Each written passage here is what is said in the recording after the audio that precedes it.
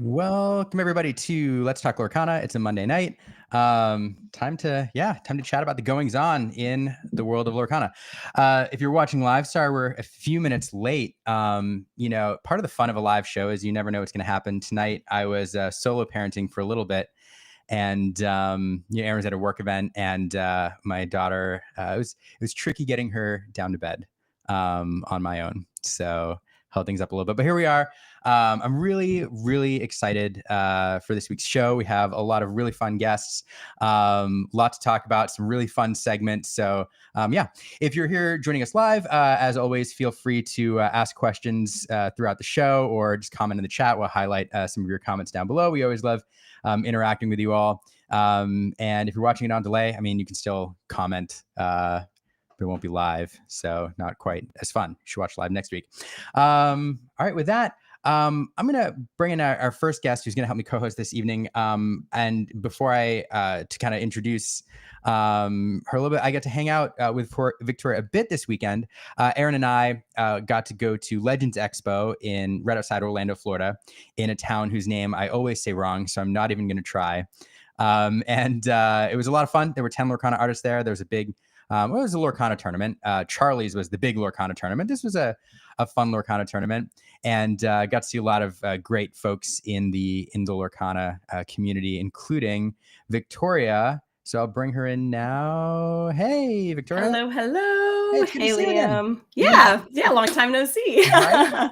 Yeah, very fun weekend. Yeah. It was a lot of fun. I wish I could hang out with you more down there, but you were playing in the tournament all weekend. Yes. I was nerding out around the artists. How was the tournament?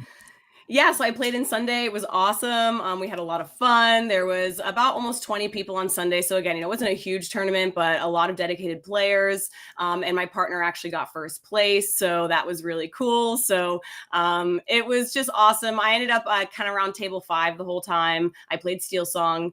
And it was fun. The weekend was just awesome. And then Saturday, I was kind of popping around. I did a lot of shopping and got a lot of stuff signed. So definitely wish we had more time to spend. But it was, Sunday I was just in the tournament all day. It just went, 5 rounds, 45 minutes. Not really any breaks in between. So it was intense. Yeah. I was talking to the people running the tournament, a couple of whom are actually Lorcana Challenge judges, and who've worked with PPG a lot. So very experienced crew running it. And they were saying like barely any rounds were going to time. It was just bam, bam, bam, bam, bam, quick games. And went pretty fast. Yeah, I did have one of my games go overtime, and her and I actually didn't end up getting any points. It was just control. The first game lasted so long. It was my very first game. I got to buy my first game. Second game, I was playing Steelsong. She was playing Amethyst Steel. And it was just, I didn't get lore until turn 9. And then it was just control. And I won game 1, but it took so long for it to happen. And we didn't finish game 2. And I wasn't going to give up. It was like, there was really no way to say who would have won. So we just played it out. We played the 5 turns, but everyone else, like you said, not a lot of games went overtime. So it was kind of fun to see. There was a lot of Steelsong and a lot of Amber Steel at the event on Sunday at the tournament. So that was interesting to see. But yeah, and so the top 2 was actually Sapphire Ruby, which is funny because that was one of the top 2 at CCS show. So yeah, I'm excited to get in about that too. The CCS show this weekend was huge. Yeah, it was. I'm kind of bummed, and hopefully some of our other guests will be able to talk a little bit more about it. I haven't got to watch much of the coverage at all, which I'm bummed by, because there were a lot of really great players, a lot of really great games, and I actually love the commentary team as well. 20 Lore Pro always does a great job, and Wesley and Jebus out there. So hopefully I get to catch a little bit of that. Absolutely. Tonight, tomorrow. Yeah, catch up. Yeah. So I think you can still watch it. I don't know if you need a subscription or not, but it should be on the VOD on 20 Lore's Twitch, right? Twitch. Okay. Yeah, I'll check it out. I just went back to work today too. So I was working all day, and then, I haven't really had time to be online. I did look at all the deck lists, so the top. Yeah, I went through the deck list though. So I studied those for about an hour. So yes. Yeah. Yes. No, me too. Well, not as much as I would like, but more homework that I have this weekend, but plenty to talk about. But it is interesting. So you're saying that a lot of the tournament was Steelsong and Ruby Amethyst, just a lot of that, which is, I think we saw out at CCS as well. Yeah, it was a lot of Steelsong. I went up against the Steelsong deck, and then my partner was playing a homebrew brew Emerald Steel Pirates deck locations. Oh. And yeah, very spicy deck. And I saw, I didn't play against Ruby Amethyst, but there was Ruby Amethyst there. And like I said, one Ruby Sapphire. I think there actually was two Ruby Sapphire decks. But definitely a lot of, like, there was like, at one point I was sitting, like I was surrounded by all Steelsong players. And it was fun to see the different techs. Like some people are still playing with Robin Hood, and I took out the Robin Hood shift line, and I'm playing with the Queen shift line now. My one drop Robin Hood was just getting popped or bounced before I could shift him, which is really hard to do. It's really hard to get rid of my one drop, especially if I go first. So I can shift the Queen on turn 2. I didn't have World's Greatest Criminal Mind teched in because I'd actually edited my deck the night before. So I only brought a couple cards that, I was looking at previous like events, and a lot of people had taken out certain cards and added in certain cards. So I kind of brought those because that seemed to be what was doing well. And like I said, I did okay. I mean, I didn't do amazing, but I wasn't the bottom player, so I wasn't the last. Hey, it's all about reps and learning. I'm pretty sure we're gonna bring in. I'm really excited to bring in Baker here in a moment, the Lorcana Villain himself, who's probably going to be a little bummed to hear that you took out World's Greatest Criminal Mind. It's going back in now that the Queen is in there. I just didn't have it in there because I didn't have the Queen, but now that she's back, it's definitely going to make a reappearance. That's fair. I had one more question. Oh, that's what it was. You'll have to, if you can during the show, like, see if you can find your partner's deck list and send it over. Because, speaking of Baker again, if there's one thing I know he loves, other than villains and villainy, it's spicy and creative deck lists. Yes. So that's something he'd probably love to talk about and nerd out over. So, sure. With that, why don't we bring Baker in? Yeah. Really, I'll give him a quick intro. Really excited. You all have seen him here before. I think this is his 6th appearance, according to Stephen Gettle on our stream. And if you've watched any Lorcana ever, you know Lorcana Villain, especially the EU challenges and the recent Continental Championship. So with that, Baker, welcome again to the stream. Welcome. Thank you so much, Liam. What an introduction. This is my 6th appearance. It is. Goodness me. I know. How time flies when you're having Frequent fun. flyer. I know. In the world of Lorcana. I think feels like it's been a while. It feels like it's been a while though, right? Since the last time. I think it has. I don't know. I don't know if we count the one where you popped on for. I'm sure we do. For like 15 seconds to correct our pronunciation of Flavisham. Flavisham. Right. So Flavisham. a couple of things to say here. So it's funny you mentioned that because of course I did watch that. I wasn't there live, but I'm first and foremost, I'm a Lorcana fan. I love taking in other people's content. So even if it's not live, I find a time to watch the show. So yeah, it was a very nice surprise to be watching through this, like your big famous moments throughout the show, and then old Stephen coming on, and yeah, that was a fun memory to revisit. But I remember from watching it back the other day, I was like, if I speak to Liam again, I've got to recorrect him, because I came on to correct you because everyone was saying Flavisham, and I was like, it's Flavisham. And then you went Flavisham. No, not flat. Flavisham. All right, say it with me, chat. Flat. All right, it's Flavisham. Flavisham. There you go. Flavisham. Yeah. Glad I got that system. But yeah, that was a good bit of fun. And yeah, Lorcana girl, glad to hear you had a good weekend. But I can tell you where you went wrong. You've already said it. You didn't put in the world's greatest criminal mark. What are you doing against the Maui Sharks, love? I'm sorry. Oh, good. Apparently using my... Even without the Queen line, it's quite reasonable to run the world's greatest criminal mind. But you're running Queens and no criminal mind. Yeah, I'm sorry. I got no sympathy. Bad Lorcana girl. Yes, she learned her lesson, because I hadn't played against Maui Sharks yet. No one at my league plays them, so I had just seen it, not experienced it, and I learned my lesson for sure. Yeah. I mean, I for that and just flavor, Baker, I figured you'd want to see that run. Of course. I don't know. I see that card and I think of you every time. So Steelsong. So let's talk a little bit about this tournament down, as we mentioned in at Legends Expo. Wasn't the only place we saw a lot of Steelsong. You were the only amazing player running it this weekend, Victoria. It actually won Charlie's. Let's take a quick look at the meta here. This is fun. So, I mean, this is what we saw at Charlie's. And one thing I will mention, for anybody not familiar with this particular tournament, it's kind of become over here in North America, kind of it's the place to go between challenges to kind of test your meta, because some of the best players not only live in the Atlanta area, the Charlie's area, like No, I'm Not, Kendall Burdett, DeCandio always makes an appearance. Frank Carson was out there once. He doesn't live there, but he popped out. Lucas Serrano took it down once. Very talented young player. And so this is a very talented pool of players, even if it doesn't rise to the level of like Lorca Quest in terms of numbers. But before we talk that though, for about 15 minutes, I'm going to welcome in one other guest to talk about a bit about the meta and about his deck list. So really excited to welcome in for the next few minutes the winner of this recent CCS tournament, Brennan DeCandio. Hey, Brennan. Hi, can you hear me? Yeah, I got you just fine. Perfect. How's it going? Oh, it's going well. Glad you could pop on for a few minutes. I know you don't have terribly long weekend. I'm sure you're still recovering, and it's later out there on the East Coast than it is here. A little bit, yeah. I'm not that old, but I'm pretty old. Well, man's pulling double duty tonight. We got to stop meeting like this, DeCandio. Yeah, you know. Gotta get you somehow. Yeah. You know, I heard you had a call earlier, Baker, and I was like, what are the odds? I bet the odds are pretty good that this is going to be another meetup today. So I'm sure we can expect some great content coming out of that in the near future. It's already up. It's already up.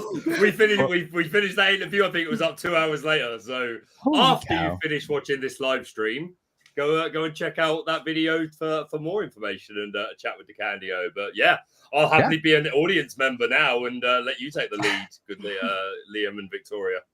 Yeah, well, that's fun. We'll make sure to post a link to that down below. Your editing time is impressive. I record a video and it's like days later. So, so. I tell you the secret, Liam. I have no life. It helps. At least you're honest. Anyway, this is fun. Already questions from the chat here. We'll pull up your deck list in just a second. Before we do that, we were taking a look at the meta here. Brennan, it really feels like this was, kind of what we expected. Ruby Amethyst is always pretty prevalent at Charlie's. You see Ruby Sapphire probably a little bit lower than definitely a little bit lower than the share in Europe. If there's any surprise to me, it's that's not higher, but plenty of Steelsong and Emerald Amethyst, one of the darlings this set. Is this kind of what you expected going into it, Brennan? Yeah, it's about right. I think we saw in Europe a severe overreaction to the first round of LCQs that happened. If you were taking note, I had a spreadsheet that was shared to me by Frank Karsten, who was, essentially scouting out the LCQs. One of his friends was qualified as well through that. But the first round of LCQs, I think like 8 or 9 of the 16 players qualified playing like Amber Steel. And I think everyone was like, oh, it's going to be everywhere for this event. So they all jumped on Ruby Sapphire. So that's why we saw so much of it, I think, at the European Continentals. But that's where I was thinking. I expected this to be about right. Maybe, a couple more. If I had to guess, I would say that we would have seen maybe 6 more total, Ruby Sapphire decks total. Like that would have been my guess, is about on par with the rest of it. Certainly, especially with the resurgence of, I guess, Ruby Amethyst and the fact that we're playing a best of 3 event as opposed to best of 2. Ruby Amethyst is going to be more heavily played for sure. Okay, so definitely what you saw going into it. Yeah. Why? Well, I'm going to ask why Steelsong, but for anybody who's been following you, right? For anybody who's been following you for more than a minute, they know this deck is one of your darlings. And you've probably, between you and Frank, you are the 2 most well-known and best Steelsong players, I would say. So, so I guess why Steelsong? It's a trap. It's a cyclical thinking trap where I kind of go through the list of things I can possibly do to have as many percentage points across the board as I can. And with traditional Steelsong, the sacrifice always comes in the Ruby Sapphire matchup.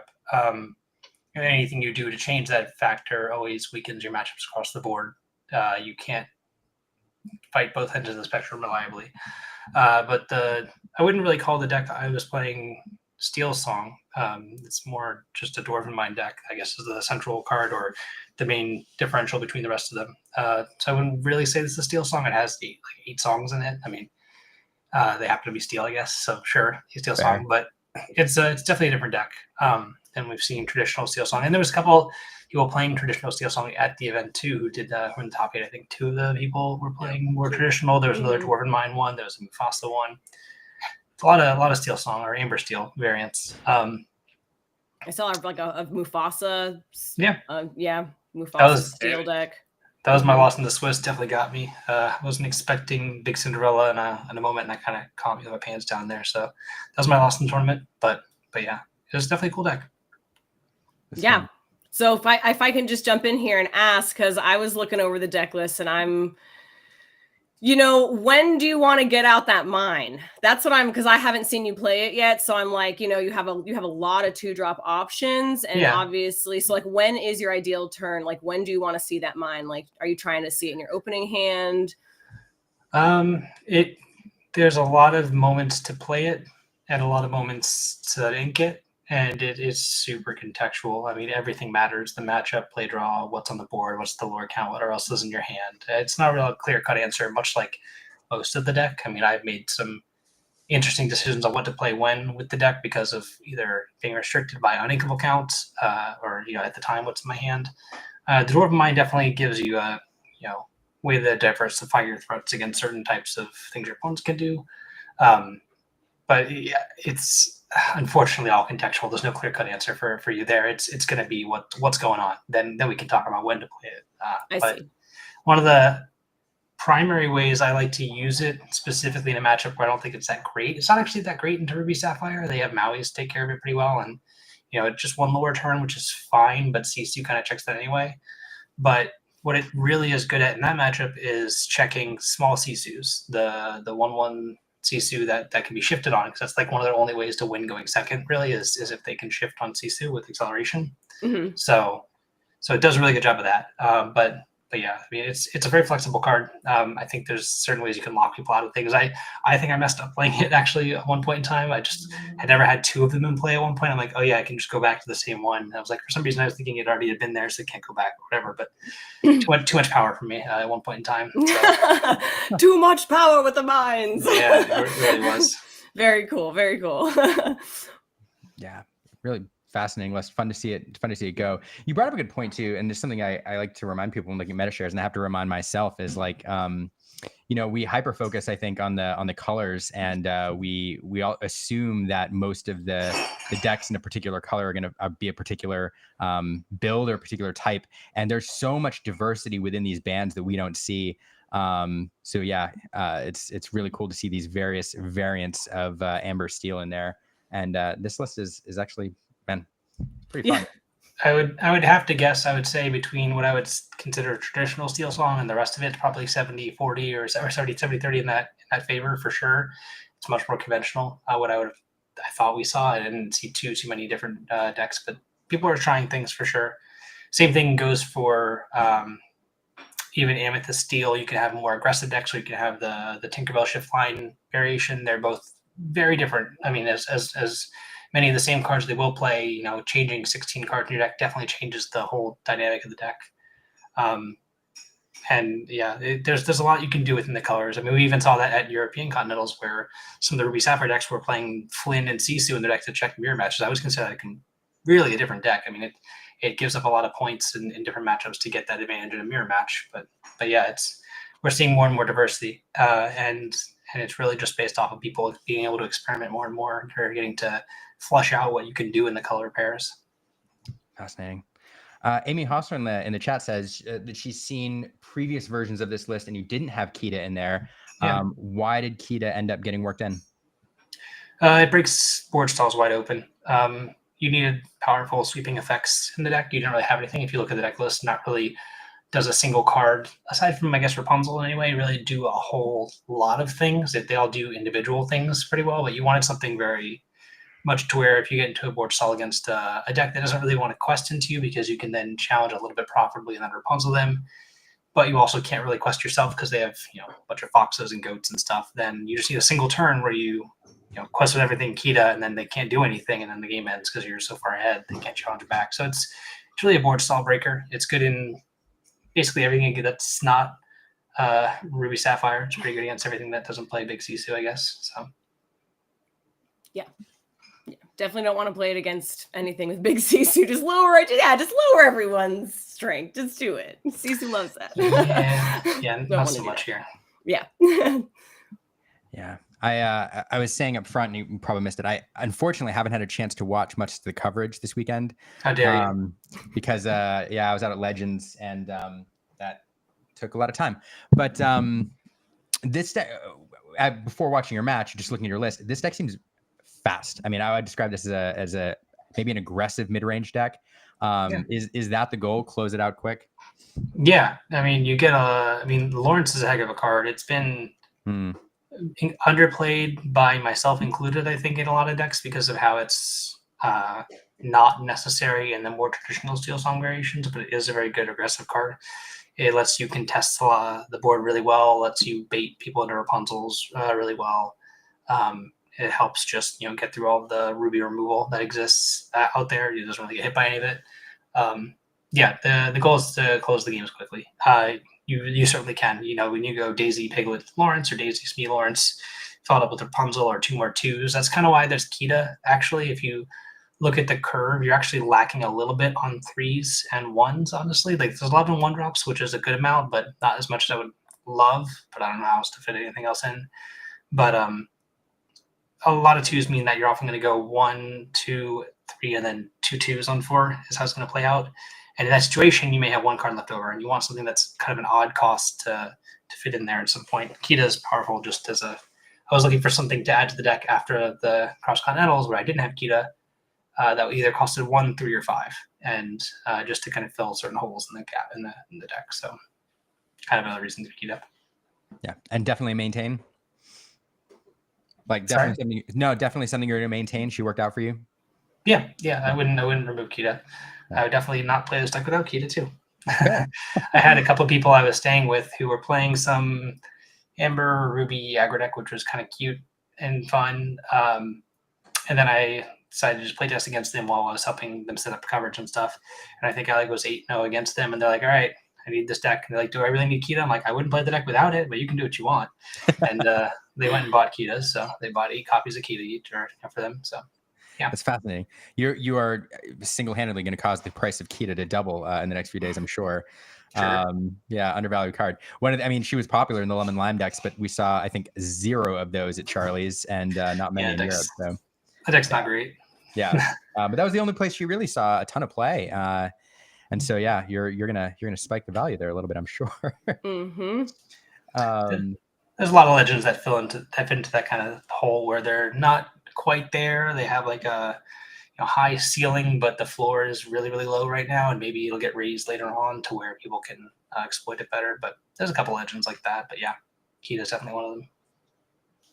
Yeah, no, it's fun.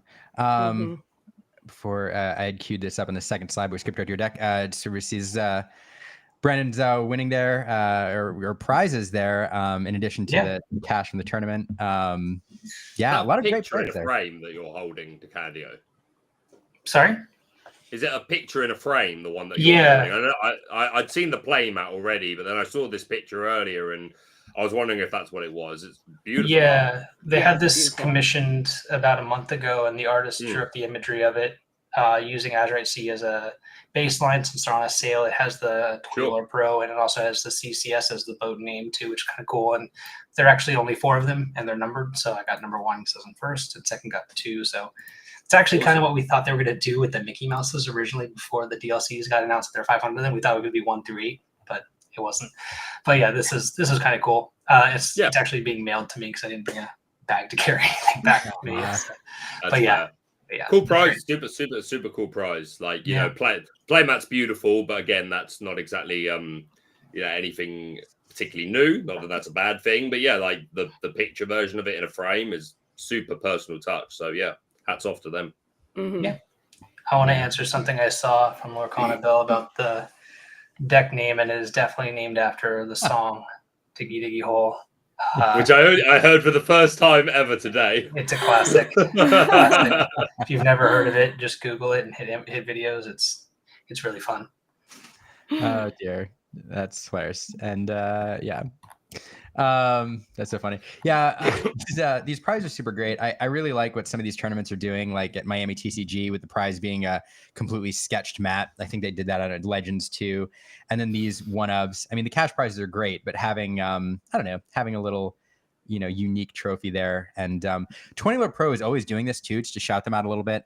We went to the Hunter Burton Memorial Tournament last year. They did the same thing where they commissioned a unique piece of art, and playmats and prints were done up just specifically for that event. And using, no knock against, anybody who enjoys, building things with AI generative art, but they always hire an artist and commission an artist to do a unique piece. And so we appreciate the support for, freelance artists there too.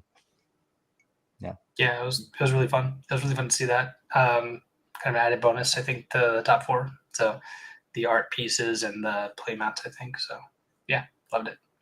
Yeah. See if you can get a last. Does that give you the hat trick? I think you've won 2 now.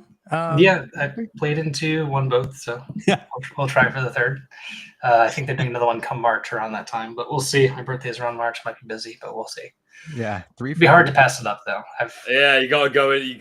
You're a back-to-back winner. You got to defend that title now. I've had that opportunity once before in Magic, actually, for Search the Games Opens. I was like one of 3 people to ever back-to-back an event, and I was like in contention for winning a 3rd and didn't quite it. And I don't know if you guys know, there was an old bet in Magic that actually came true back in the early 2000s about Kai Bude, which was the German juggernaut, one of the best Magic players who's ever lived. And there was a thing where he won 2 Pro Tours in a row, and someone placed a bet where if he wins a 3rd one, I'm going to eat a hat. And he won the 3rd one, and there's like a video of this guy putting ketchup on a hat and cutting it up with scissors and eating it. And my editor for Stars of the Game, Cedric Phillips, made the same bet. If I won the 3rd one, then he would eat a hat. And he got really nervous because he wasn't there for that. So it was kind of funny to see that, but didn't quite get there, but I tried real hard. Oh man, I don't know if I'm having heard that story, and I don't know if I'm willing to make a similar bet for Charlie's. No, you're fine. Especially since I believe you're going to do it. So yeah, it's like if you don't want to eat a hat, it's not a safe bet. Right? It's a terrible bet. It's a terrible idea. But we were saying before, I mean, these are not easy events. I mean, you have, Kendall Burdett's out there every time. A lot of like really talented players in the area. Frank Karsten flew over for one, right? Just popped over from Europe to play in one. That was a different event. It was a 16-person Lost Boys Invitational they did. That was at Apex Gaming in Caldwell, Ohio. Great store. They do a lot of big Magic events too. But yeah, they had a lot of people over, and it was a lot of fun. He was there. The reigning world champion of Magic was in that event too. We had a lot of fun at that event. Playing over, he happened to be there too. That's actually where I met Frank, and kind of that's how I know him now. So that was kind of cool. Yeah, it was cool seeing you two together. There's just to plug more of your and Frank's content. Fantastic article that Frank wrote about Steelsong. The deck list is dated now, but a lot of the ways that he thinks about the deck and the way that you think about the deck and this color combo is built into that article, and it's a really good read. I'll try to post a link in the show description afterwards. But Frank looked to a lot of your lists and brought in a lot of your lessons and thoughts on Steelsong as well as his own, and so it was just a really great piece of content. Yeah, he's someone who I've watched play card games for, I want to say 20 years now. Through Magic, he's a Hall of Fame Magic player, like really accomplished, and is a great mind of all kind of game. And he's just someone I've read about and I've followed for that long. And getting to now know him is really cool too. He's a great guy. Yeah. So I know we only have you for a couple more minutes. I have 1 or 2 more questions. One is looking backwards at Charlie's. Are there any like interesting deck lists and or matchups that were televised that people who are watching should go prioritize and look up? Things that you think deck lists that are on the rise, things that you think are interesting. What should people prioritize from this tournament? Yeah, I will say that it's an interesting trend we've seen. It's following a similar pattern to prior to Vegas of last season, because Screen Steel hadn't done well and still didn't do well. Zan wasn't there this time at Charlie's for this event. He was the previous one, but I don't think that deck is as represented as it probably should be. It probably needs to figure out what it's supposed to be doing. Even though there's only like 9 people playing it and 200 people, which is insane for that deck doing as well as it's done. It won like 2 DLCs in a row. I think that deck has some legs still. It doesn't have, the free wins kind of draw that it used to, because Genie helps check that in a lot of ways. So maybe that's too much for it. I don't play that deck too often to know, and maybe somebody's more well versed in that deck list will show me how to do it at some point. But yeah, I didn't see too many out there decks. I think there's some on the second day. There's like a green blue deck that did pretty well. And yeah, but there's a ton of ways to build. Amber Steel is my takeaway from this, really, is that I saw like 3 or 4 different versions of it, and I kind of thought they all had some merit in some way. And it's definitely a force to be reckoned with, but also, I played against Ruby Sapphire 4 times. I think I 2-0'd it twice, I 2-1'd it once or twice. So like when you play Amber Steel, that's my concern's always been playing Amber Steel against Ruby Sapphire. That's kind of like the matchup you kind of have to sacrifice in some ways, or go into it hoping to dodge. But if you can build it in a way to have game against the other mid-range deck still and beat that deck. I always thought that Amber Steel was probably the best deck in the game and only checked by Ruby Sapphire in some way. But if I can get out of that hole too, it's really hard to imagine decks that are better than that, mainly because of the fundamental core of the deck, which is Cinderella, Storm, and Strength. Those are the 3 cards that I can't really get away from, because they're. I wanted to break some rules with the Dwarf in my deck by not playing Area in the home rule, but I can't break the other rule of Cindy, Storm, Strength. That's just too good.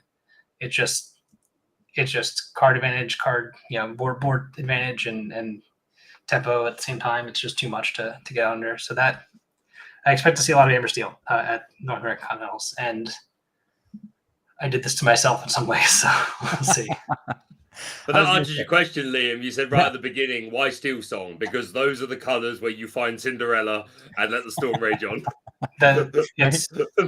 People always point to like the most powerful cards in the game, and they think set 1 when you have Home World, Maui, B-Rap. I'm like, you realize set 2 is actually just the best set in the entire game. Like you have Cindy, Storm, Strength, Hiram, Popsicle, Prince John, Bucky, Goat, Mim, Fox, Rabbit. Yeah. It's just the most insane everything. set. It's just every deck has set 2 forward, and yeah, it's kind of crazy how good those cards are, and yeah. But also crazy how bad the meta was with just sets 1 and 2. It was, yeah. Some of those were a little bit better than others for sure. Yeah. I was gonna say, you say you can't get away from Cindy, Storm and Strength. I can't get away from them, and I don't play Steel. I feel like I get hit with them every turn I play in. So thanks for that. With that, I'll give. I have one more question, but instead of asking it, or before I ask it, I want to give Victoria and Baker a chance at the last question. I'll give it all to Victoria, because I had 30 minutes earlier with DeCandio to ask a whole bunch of questions. So please, Victoria, to have 2 questions if you so wish. I am satisfied. We're fine on time. Victoria, you're muted. Thank you. I turned my mic off. I was clacking. So I, as a Steelsong player, I also can't get away from the Cindy step, with the Storm Rage on. So in the mirror matchup, if you're going second, what do you do? Even if it's not a Steel, if it's Amber Steel mirror and you're going second, what can a player do to avoid their? Do you just play a different drop 1? Because then you can't sing. So, what do you do? Please tell me.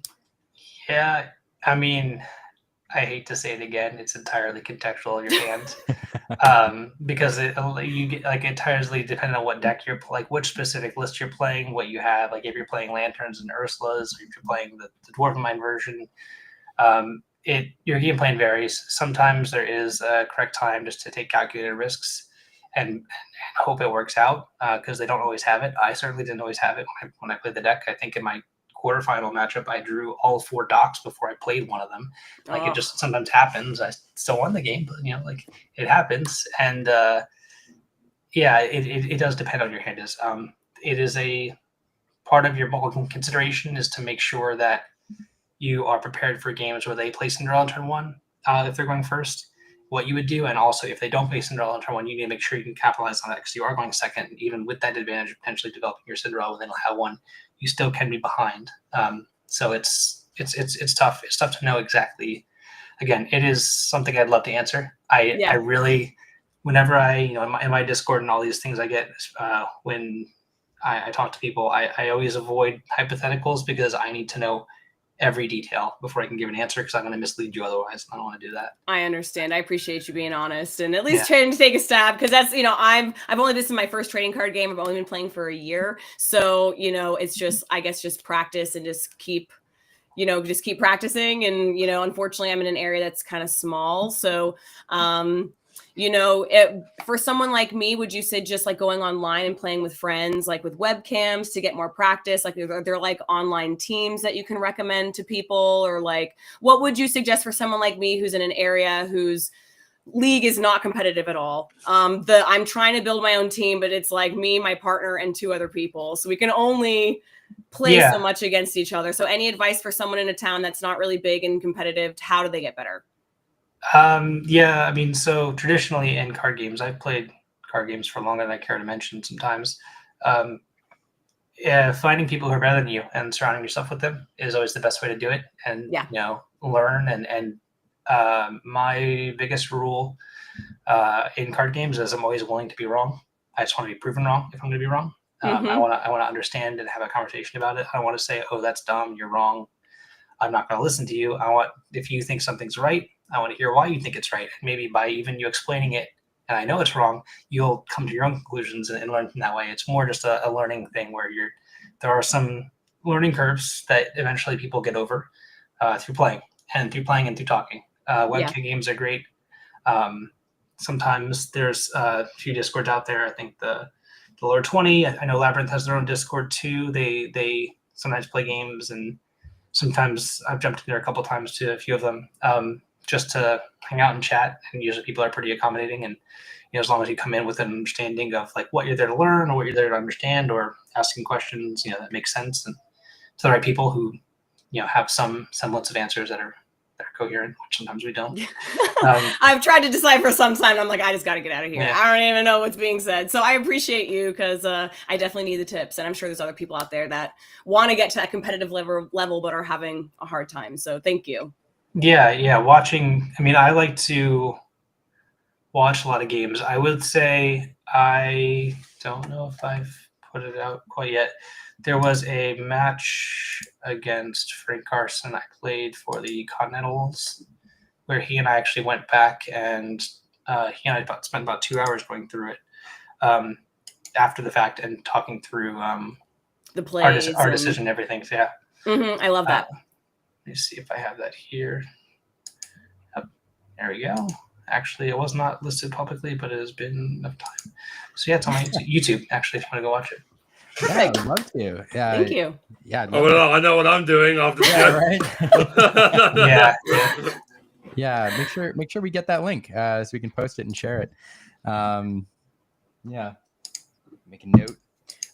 With that, Brennan, thanks so much for taking the time. I know busy weekend and you had other commitments today, other amazing content creators you're speaking with. For anybody interested in following Brennan, the way I follow you, Brennan's on Twitter mostly, so people can follow you over there. I'll pull up your handle. Any closing thoughts before you go?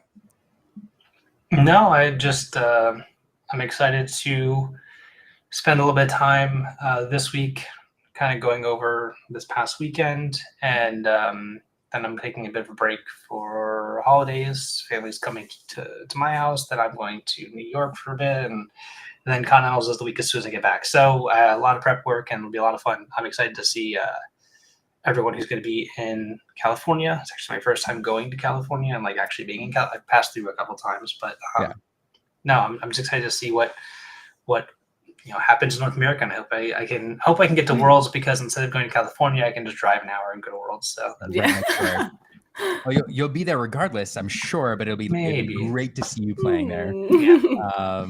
Anyway, well, thanks so much for joining us. This was a treat, especially after such a busy and eventful weekend. So thanks again, and hope we get to chat again soon. Yeah, of course. Talk to you later. Take it easy, Brendan. Thanks. I never get tired of picking his brain. And I can't wait to see your conversation with him, Baker. I didn't know it was up already. Yeah, no, it was great. It was super last minute as well because only the list for Charlie's only came available. I think it was like 2-3 in the morning for me, so it was always on the agenda for today.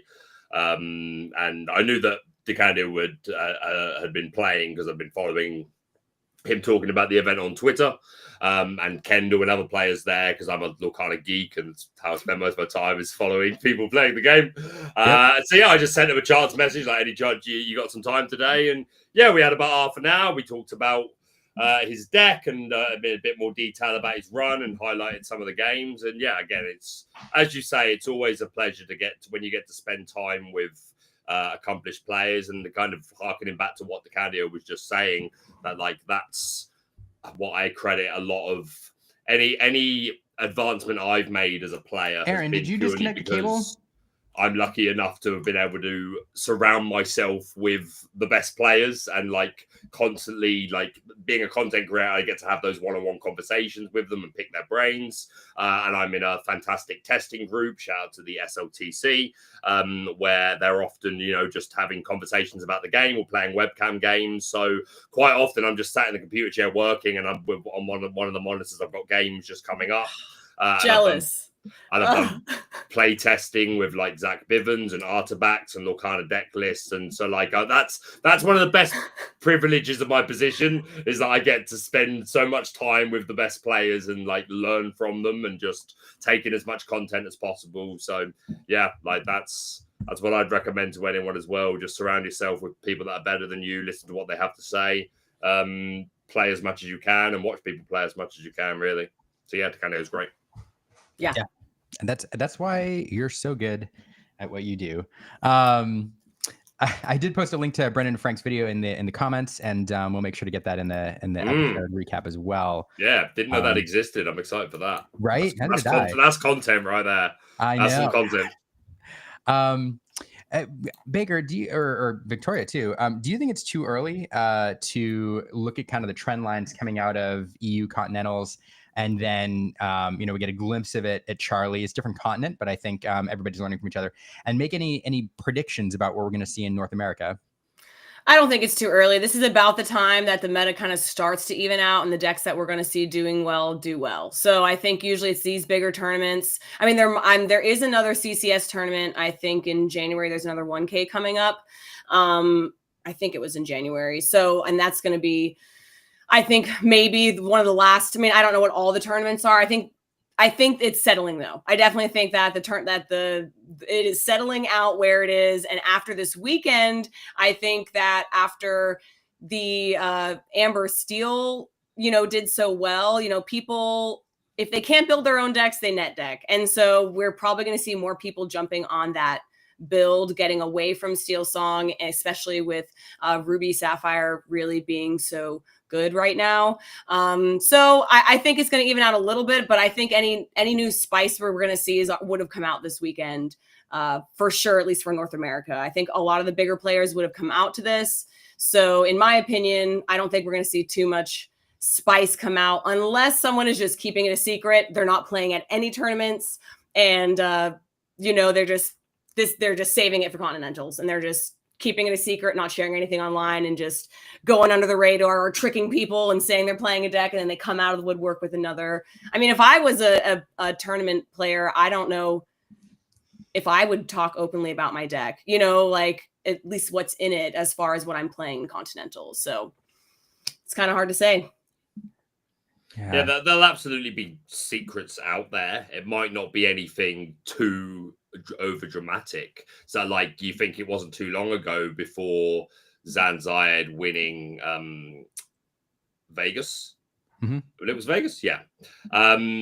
You could almost say Morph was the big secret going into that event, because like it hadn't been seeing much play before, but suddenly you're seeing Zan and a few other players Dale, I think, as well, suddenly rocking 3 or 4 copies of Morph, which was quite impactful in that deck's core skeleton, and obviously things like the Muses being played at higher counts. So sometimes it only takes something really simple to kind of really change the matchup spread. So there will be secrets out there, but I think it will be something simple that maybe was popular at a point in time and is kind of maybe just not in people's minds at the moment.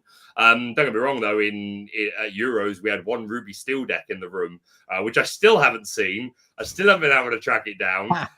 But yeah, I mean, I would like, maybe for North America, it will be exactly the same. There'll be one really out of the woodwork deck. But yeah, in terms of like predicting where the meta goes, there's a few factors to take into account. First of all, obviously the biggest and most recent pool of data we have is European Championships. We can also take Charlie's into account for sure. Nice big player pool. But if we start off by thinking about Euros, for a start, we know from data that for the EU, green purple is a lot more popular than green steel, is like the big example, and emerald steel is a lot more popular in North America. I see that continuing to a degree, although the fact that there hasn't been a lot of success for emerald steel so far this set, maybe it's not on as many people's radars going into North American Championships. That could still change. I think I just saw Kendall make a comment about SCG Atlanta is the weekend before North American Continental. So that's going to be another big pool of data. So if green still does well in that event, then I could see a last minute rise in its popularity. I still think it will be fairly well represented just because it is popular in North America. And I wouldn't be surprised to see some of the well-known players and like players like Zan and players like Dale and a few other names that will probably stick to that to that particular tool. Also concerning Ruby Sapphire, for the European Championships, it's worth noting that there were 2 French teams in the main event. So the 96 players, both teams, I think 6 to 8 players, that both locked in Ruby Sapphire decks. Every player in the team played the exact same deck for, let's call it a pool of 14, 16 players. And when you're only looking at a 96 pie overall, that's a big chunk of your meta now all of a sudden and can really skew things to a degree. Yeah. I think it's a reason Ruby Amethyst, while there weren't many in the main event, converted incredibly well, making it to fill 3 of the top 4 spots. Because again, you could have this argument for a long while back and forth, but I think overall Ruby Amethyst has a fairly good Ruby Sapphire, especially if you do Flynn Sisu. Sometimes that's going to be enough just because of how slow they are. And yeah, Steelsong obviously preying a little bit on the resurgence of green purple, because that had been back on people's radars courtesy of people like Artabax. And of course, Lorcana deck lists made top 16 with that green purple list, and green purple came second in the overall event. So yeah, these are all factors to take into account. My immediate prediction is I don't think Ruby Sapphire is going to be as popular going into North America as it was going into Euros. I still expect it to be top 4, top 2 or 3 even potentially. But yeah, I don't think it has done well enough recently. And again, if you then take Charlie's into account, 5 of those top 8 lists were all Steelsong. Well, they're all Steel Amber lists, all different variants. I think there were 2 Mines lists similar to Decandio's, 1 Steel Fusser, and 2 classical Whole New World variants. That's a fantastic transfer for Amber Steel across 219 players, I believe it was. And obviously, if you think there's going to be a lot of Steelsong, then that Ruby Sapphire tends to have a good Steelsong. But now you're not as assured that you're getting the classical Whole New World variant, which Ruby Sapphire likes to prey on. If there's just as many of these aggro mine versions, which are a lot faster into Ruby Sapphire, that so much isn't necessarily a safer pick these days if you can't be as sure what version of Steel Amber you're getting. So yeah, I think there's still time for things to change. Atlanta, the week if it's the week before, will be a big event. And anything leading up to that. But yeah, so far that would be my early prediction. I think Ruby Sapphire, while it will still be popular, I don't think it's going to be as popular as it was at the European Championships. I think that's fair. I don't know. Thinking about it, Ruby Amethyst is probably my prediction for. I think Charlie's will be accurate in that sense. Probably my prediction for the most represented. Steelsong up there too, and then Ruby Sapphire probably, or Amber Steel rather than yeah. I'm so used to calling Amber Steel Steelsong no matter what. Yeah. Since that one, I have to. It's a bad habit. I have to break that. I'm gonna get. It also sounds good. It does, doesn't it? I'm gonna Yeah. get destroyed by Twitch chat later on. No, it's fascinating. Gosh, there's something else I was going to say, and I forgot what it was. Oh, that was it. I think sometimes, we're so used to thinking of looking at the challenges for the meta and thinking about past metas in terms of those events, because the biggest events that we have, they're official events. We see the best players rise to the top and all that. But I think, as you pointed out early on, Baker, it's a very different game when you're trying to navigate 2,000 people of a 2-game format into the top cut than when you're navigating 3-game format of the best players in your continent. The meta is going to be very different because they're different games in a way that you're trying to play, different sub games. And so it's somewhat not accurate to kind of look back in history and consider the broad challenge meta as as indicative of where we're going to be in the North American or the European Championships. Yeah, I propose. Anyway. So a couple of things we have to get to here. First, I do have the Emerald Steel deck that I want to look at in a moment. But before we do that, I have a fun game that I want to go through real quick. Because Baker, you're known as the Lorcana Villain, the one, the only. But I'm sure that you're not the only one out there. You probably have your minions and other sub villains running around in the Lorcana. Oh, absolutely. Space. Yeah. So on that note, I kind of asked you earlier, I'm like, how do we recognize if, we are, in fact, Lorcana villains, or perhaps those we play with are villains? How do we recognize the villains in the space? And you gave me a list of cards that we're likely to see villains play in particular colors. So we can recognize, again, who the villains are among us. And I want to go through those so you can help us identify who those villains are. Yeah, for sure. Yeah, the first one being Ruby. Starting big. Okay. Yeah. Oh, yeah. Starting with the big guns. Yeah. As you say, there are some tells, Liam. If you think that you may be dealing with a Lorcana villain or a Lorcana villain minion, then, or if you think you yourself might be a Lorcana villain or a Lorcana villain minion. Look in the mirror. Easy for me to say.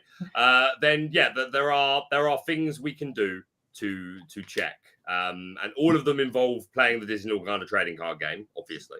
And there are some. Ruby has the most, to be honest, but I think it's important to point out that it isn't just playing these cards. Like, anyone can play a card. It's how you feel after you play it, or like in the lead up to playing it, and as you see the light leave your opponent's eyes, it's how you feel in that moment that is the real determining factor. And if you need to decide if you yourself may be a villain. But yeah, Ruby, we're going to talk about all day. I gave you three. I tried to just do one main pick and then one honorable mention. But as I was sending you these list of cards, like, Ruby just has so many. And there's more I could put on this list. Gaston, Arrogant Hunter, from Chapter 1. That was pretty villainous. Scar, Vicious Cheater, getting a nice board clear. That's pretty villainous. But let's try and keep ourselves tempered and focus on the important ones. So, of course, we've got the ladies in red. We've got, first of all, Lady Tremaine came along in Rise of the Floodborn. And what I think is particularly villainous about this card is it was the first card we ever got that could get around the ward keyword. Before Lady Tremaine, we had, well, I mean, you could play Grab Your Swords, but that wasn't removal. You know, you would have to string together like a Grab Swords and a Tinkerbell, things like that. But in terms of actually just removing something in one fell swoop, this was our first way of doing it. And the real first victim of that was a bit of an MVP from Chapter 1 in Kuzco, Temperamental Emperor, who people just loved to play and was an absolute menace on the meta. Shout out to Breezy. And Lady Tremaine came along and just said, "You are not the Emperor, you are a dirty llama." And Kuzco was seen no more. No more. Mm-hmm. And that alone, I think, is quite villainous. But in general, have your opponent having a warded character like an Aerial Treasure Collector or a Cogsworth who are safe to so much, but being able to just get that Tremaine off when they didn't have an extra character to be a protector, that feels pretty villainous.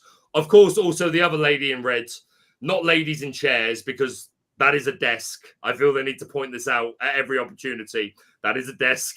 But we have the famous Madame Medusa, who at a point in time was being discussed for a ban among the Lorcana community, just as much as cards like Bucky and Diablo. There were points in time where people were screaming for a Medusa ban.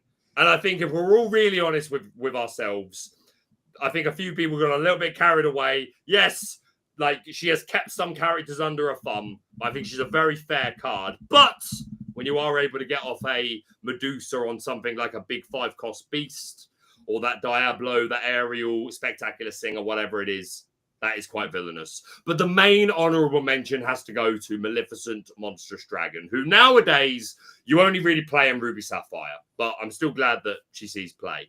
But back in the day, if you were playing Lorcana in Chapter 1 and you were playing this in old-fashioned Ruby Amethyst, my goodness me, tell me a better feeling than putting an actual dragon onto the board. This is Maleficent Dragon. If we had never had a Maleficent Dragon card, people would be going crazy. Like, when are we getting a Maleficent Dragon? Like, when is that coming? Like, it's such a iconic character in Disney.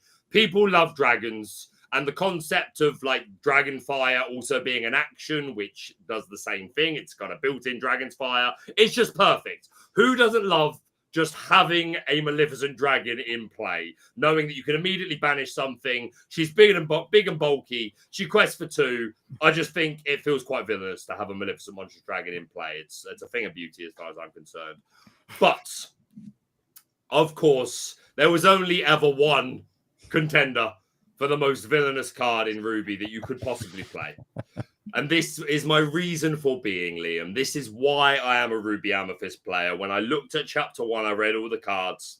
I saw this is my Cinderella / Let the Storm Rage On for Decandio. I am starting with Be Prepared, and I am building around this. Because this is my safety. This is my comfort. This is my everything. This card is beautiful, and I am going to give you can call it credit or blame, that it has now become normalized that now not only do you play the Be Prepared and wipe the entire board, and sometimes that's only your opponent's characters. If you get a high value Be Prepared, that feels pretty villainous. If you're topping and your opponent's got a big board and this is the only out you have to stop them winning the game, and you top deck this, they hate you. They tell me I'm wrong. Nope, tell me you've not been in that position where you've got game. You're at like 15, 16 lore. You've got a wide board. They are topping and they get this off the top. You hate them. Tell me you don't, and I will point out a liar. You hate them in that moment. You make it over fire it of 1,000 dragons. Yeah, you hate them. You hate them in that moment. You make it over it quickly, and then resume good sportsmanship. Well, here, good game. Shake the hand, walk away. But in that moment, you despise them. You wouldn't spit on them if they were on fire in that moment. They took everything from you. How could you? How could you? And not only that, again, I'm going to give myself you can call it the credit or the blame, but it has now become normalized that if you are playing a Disney Lorcana challenge and you are on the bubble, all your hopes and dreams are on the line, you have the potential to proceed to get an invitation to the next big event, a golden Mickey, a championship crown. Not only does your opponent play Be Prepared and wipe your dreams away, but the douchebag on commentary is singing about it. How insulting! I know. How insulting! People are cheering. Before we move to the next color, dare we ask? Are you able to grace us with a rendition? It's me. Be prepared.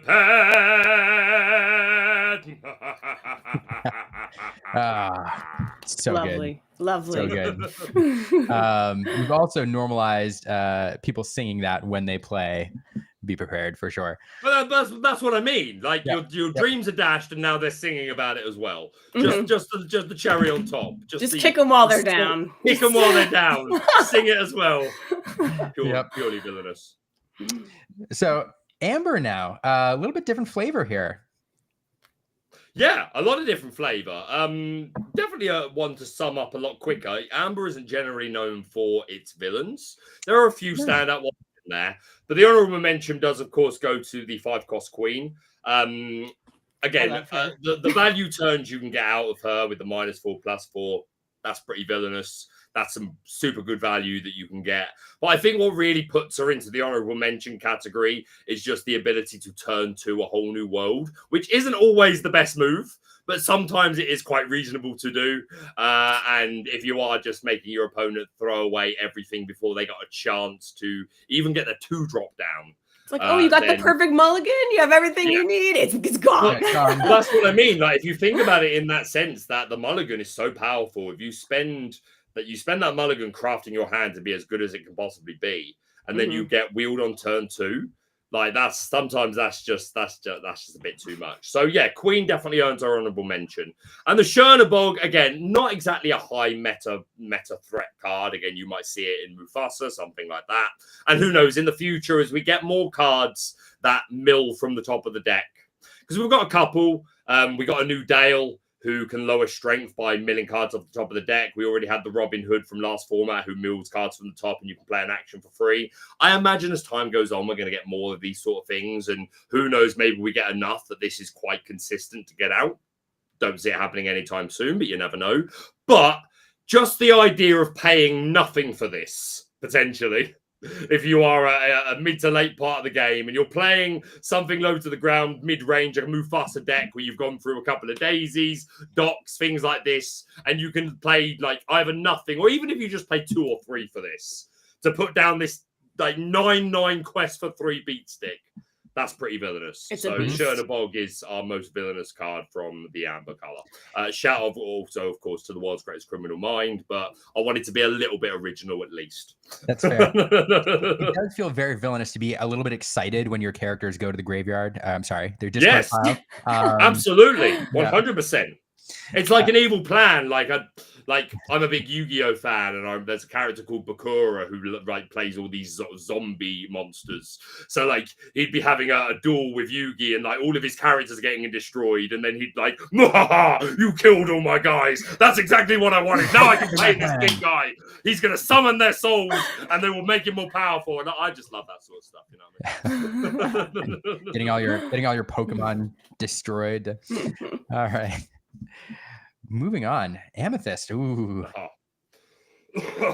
Again, another ink where there are an awful lot of cards that you could have picked at. Another honorable mention goes to Madam Mim Fox, who has just been an absolute meta setter since her release, an incredible staple of Amethyst.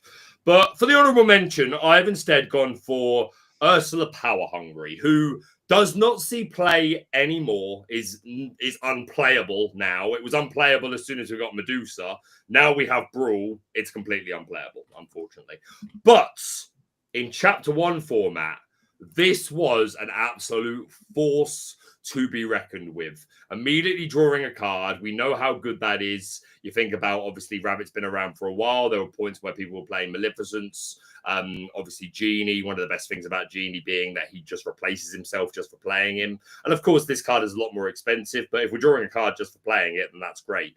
And the lore denial, to be fair, I should premise that by saying you have to take a lore to draw the card. If you don't make them lose lore, then you can't draw.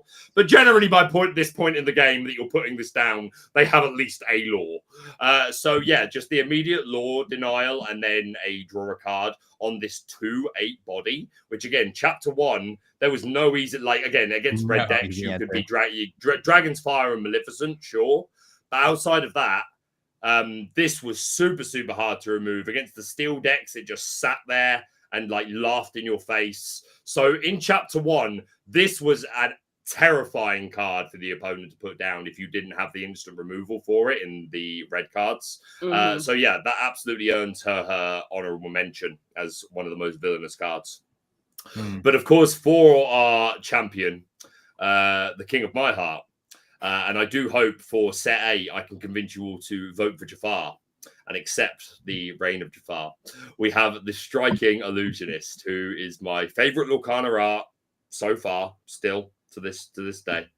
And yeah, if you are newer to Lorcana and you've not yet come up against this Jafar, doesn't surprise me. He's not hugely meta relevant at the moment. He's had his moments in and out since his release, but who can tell me that one of the most villainous things you can do isn't to have this Jafar come out, sing a whole new world, immediately gain 7 lore, and then if you've got another character that can sing another whole new world or can sing Friends on the Other Side or whatever it is, to just keep gaining lore for drawing cards. Like, I have had games ended by this Jafar just because they were able to set it up with another 5-cost singer and they were able to chain together a double whole new world, and they already had 2 or 3 lore, and then it was just game over. And the way this card can just end games, I think, is just incredibly villainous. You don't even necessarily have to quest.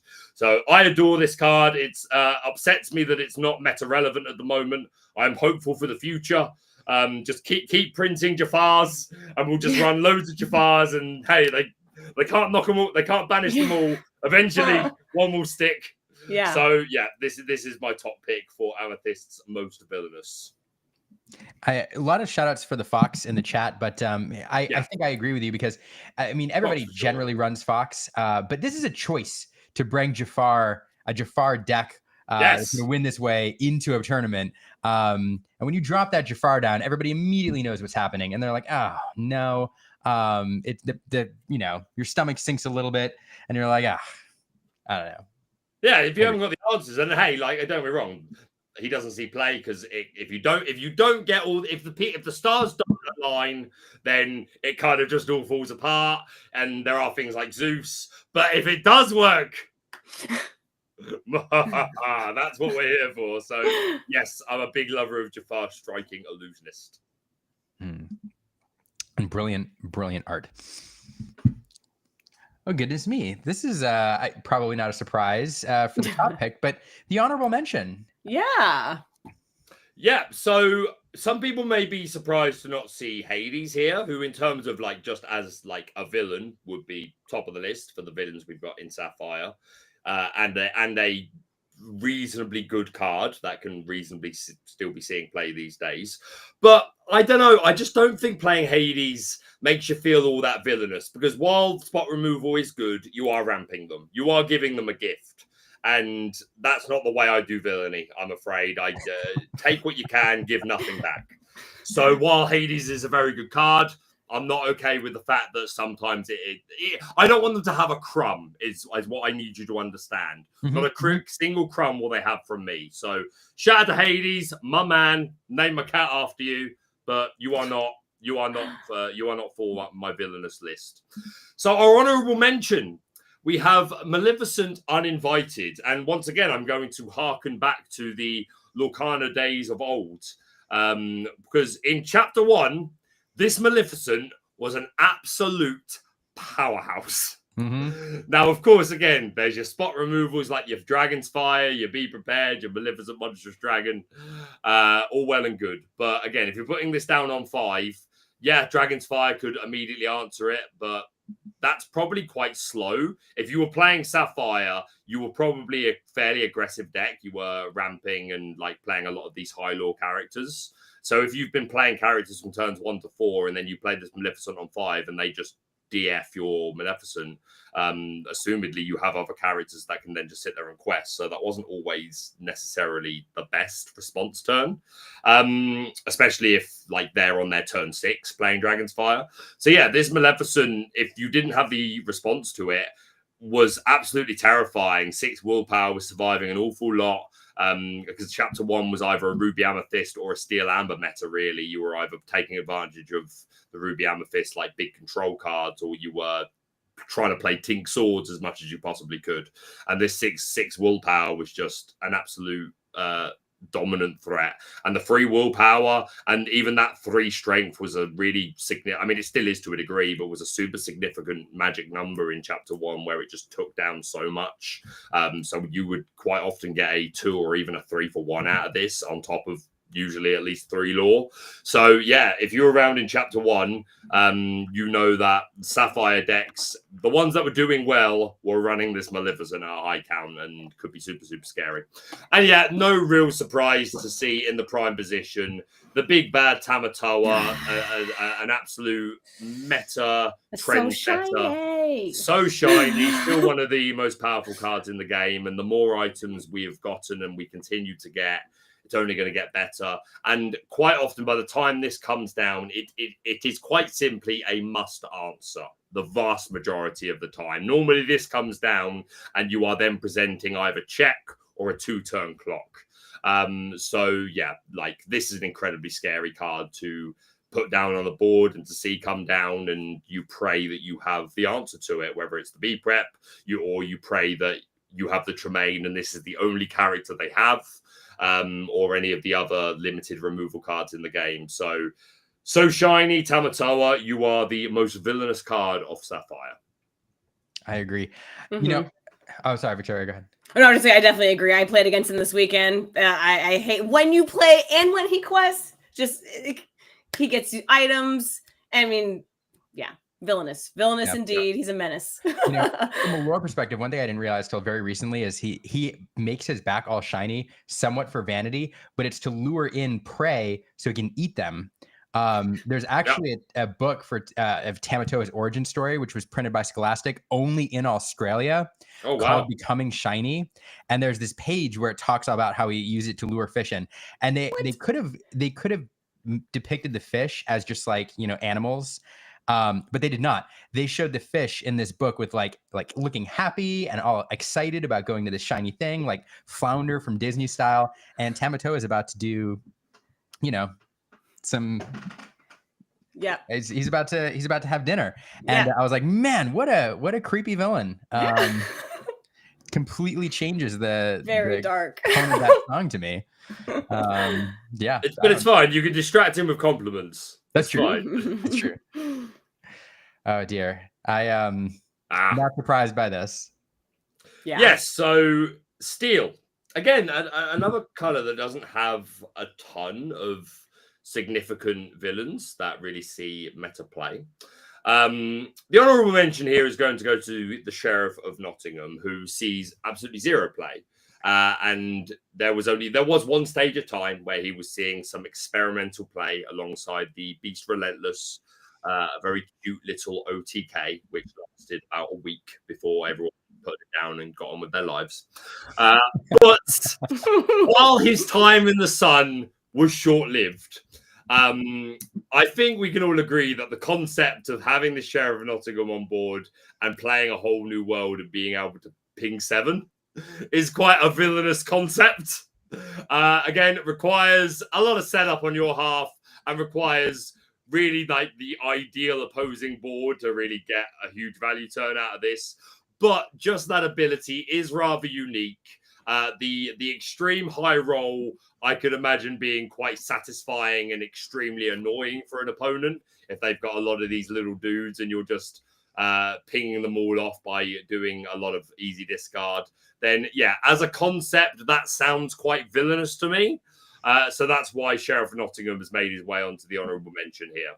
But of course, our most villainous by an absolute country mile is the fairly new, set 5 new, Pete Games referee, who isn't just a completely unique effect, the first of its kind in Lorcana to just completely shut off actions. In other card games that I've played, Yu-Gi-Oh! And Pokemon, some of the best decks were these lockout decks. Like in Pokemon, I remember, I think it was Seismitoad that could lock out items. And in Yu-Gi-Oh!, locking out special summons, locking out spells, locking out traps has always been super, super powerful. And Pete very much keeps up that tradition by shutting off our action cards, which include songs. So most significantly shutting down Be Prepared. Of course, there are other great use cases, just shutting off an early storm to protect a Diablo or something, turning off their ability to play a whole new world. Along came Zeus, even just digging with things like Friends, and Sail the Azurite Sea. There are so many good actions. So many. But the Pete can just make your opponent basically have a turn off, at least in regards to what they would prefer to be doing. But I think the most important of the interactions is shutting down the Be Prepared, because as we all know, Be Prepared is quite often the card that is the answer. Like, you set up a board and you say, I win if you do not have XYZ, which is generally something like Sisu, Under the Sea, or most generally Be Prepared. And if you can play this Pete and just shut off what is probably 50% of the outs, like quite commonly now, it's like you will see boards where it's Be Pep or Sisu is the out here. And if you played Pete, you shut off 50% of that immediately. That's huge. And even outside of that use case, as I said, just using it to protect your early characters, like playing a Diablo, and then playing the Pete so they can't brawl it, they can't shoot it with a storm or anything like that. So yeah, Pete is an incredible card. I don't see him going anywhere anytime soon. We've made a couple of mentions tonight about ink combinations now have room to be built in different ways. Where our card pool is growing and is more and more healthy to the point where you no longer are always going to assume that you're going to see a specific 60 cards. There was a point in time where you see a steel card, you steal an amber card. Okay, you're playing aerials, you're playing a whole new world. You know the deck list. Tinkerbells. Yeah. You know the deck list. Yeah, like automatically. Bar maybe 3 or 4 cards. Whereas now, it's not always as an assured thing. Steel Amber being built in different ways. Even Ruby Amethyst, just because you see a turn 1 Inca Brawl and play a Chernabog, it could be the burn version. You don't know if they're the burn version or they're the more classical control. Ruby Sapphire, are they playing Sharks or not? Are they leaning more into the Tamatoa items? Or are they even playing the weird red-blue deck that was running Flynn Rider, Sisu, McDuck Manor that was first seed at the European Championships after day 1 Swiss? And of course, Amethyst. There's so many ways to build Amethyst now, so many roads you can go down. And with Pete bouncing Pete with Amethyst. I mean, I played up against that at the set champs and my last set champs, and it was just bonkers. Villainous. I mean, sure. Come on, villainous. So yeah, exactly. So yeah, of all the ways that you're going to start seeing people build decks, I don't see many versions of Steel that are not playing 3/4 Pete, because I think this is an absolute gem of a card. And as a Be Prepared enthusiast, I hate him, but he is indeed very, very villainous. So there you go. I won't argue at all. Finally. And last but not least, Emerald, arguably the most villainous color of them all. Maybe controversial, because Ruby certainly has a lot of villains. But yeah, Emerald, my goodness, there are some annoying pipsqueaks in this ink color. So many. Cloud Kicker comes to mind. Yeah. Oh, he's so annoying. Not a villain, but he is he is an annoying pipsqueak. Yeah. But yeah, there are again another color where we could have picked so many. Diablo is not a villain; he's an ally. We are sticking to villains here. Just villains. Just villains. Just villains. But even then, there are other cards that you absolutely could have mentioned here. Another honorable mention to Ursula 3. Double singing songs is pretty villainous. But I think the two that we've highlighted on screen here are undisputed winners. The 2-drop Ursula, just stealing those songs. Just so many cards just trying to stop me and my fellow Be Prepared enthusiasts having fun. Why you gotta mess with? We had a good thing going. Like, why you gotta print so many cards that are hating on my beloved 7-cost uninkable song? It's such a fair card. Come on. You don't need this many answers to it. It's fine. It's like, gonna it's be so fine. hard for me to get out anyways. Like, come on. Exactly. Be Prepared is mid at best. But anyway, Ursula 2-drop, just an incredible card. And also just like for the fact that sometimes you can't stop it. Like if you're on the draw against an Emerald deck, so they go 1, you go 1. Like say you mulligan and you open with double B prep or double friends on the other side, and you can't ink them both before your opponent plays this Ursula to snap one away from you. That just feels awful. If they are a clever player and they wait till the turn 6 to play their Ursula, so they snatch away the Be Prepared right at the last minute when you've had it a couple of turns and you've like sometimes it's to your interest to play to your out as the Be Prepared to try and attain max value. And like if you do go down that route and they just steal it from you at the last second, then you may have just wasted your last turn or two, like choosing the wrong line. And yeah, again, stealing the whole new world when they really need it to like replenish their resources, getting rid of the how far I'll go, the 1 jump aheads. Like there are so like singing is inherently one of the most busted things about Lorcana. Like when you just look at the rule base of Lorcana, just the concept of characters singing song is one of the most busted things. And it's one of the reasons Steelsong has always been so popular, because it does singing better than anything else. Better than any other in combination. So when you take that into account and then you say, oh, but we now have all these cards that hate these songs that are inherently powerful and just provide so much value. Yeah. I don't think I need to sell anyone here on how good this Ursula 2-drop is. And yeah, if you are able to rip away a song, that's pretty villainous. And again, just information is super, super strong in Lorcana. But the most villainous of them all is the greediest of them all. I hate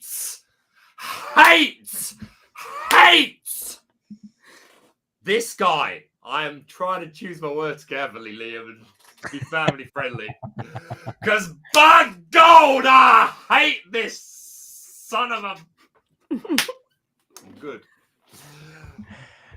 Prince John, greediest of them all, did not need Ward. No. Didn't need it. Didn't need it, Liam. Yeah, like... I'm not going to completely revisit conversations of old that we've had concerning Bucky and the reason why Bucky was such a dominant force and gained so much hate to the point he is the first and only card in the game to be errated. Because it was nothing to do with the ability and the stats. It was that Ward keyword. You could have just taken that Ward keyword away and he'd have been fine still, but he'd have been bad. He would have been a bad card. Obviously they went a lot further than that and changed other things, but we're not here to talk about that. Yeah. But it was the Ward that made Bucky. And you could argue the introduction of Diablo is what made Bucky, but it was Ward above all, in my opinion. And yeah, just you're not interacting with this unless you are Steelsong.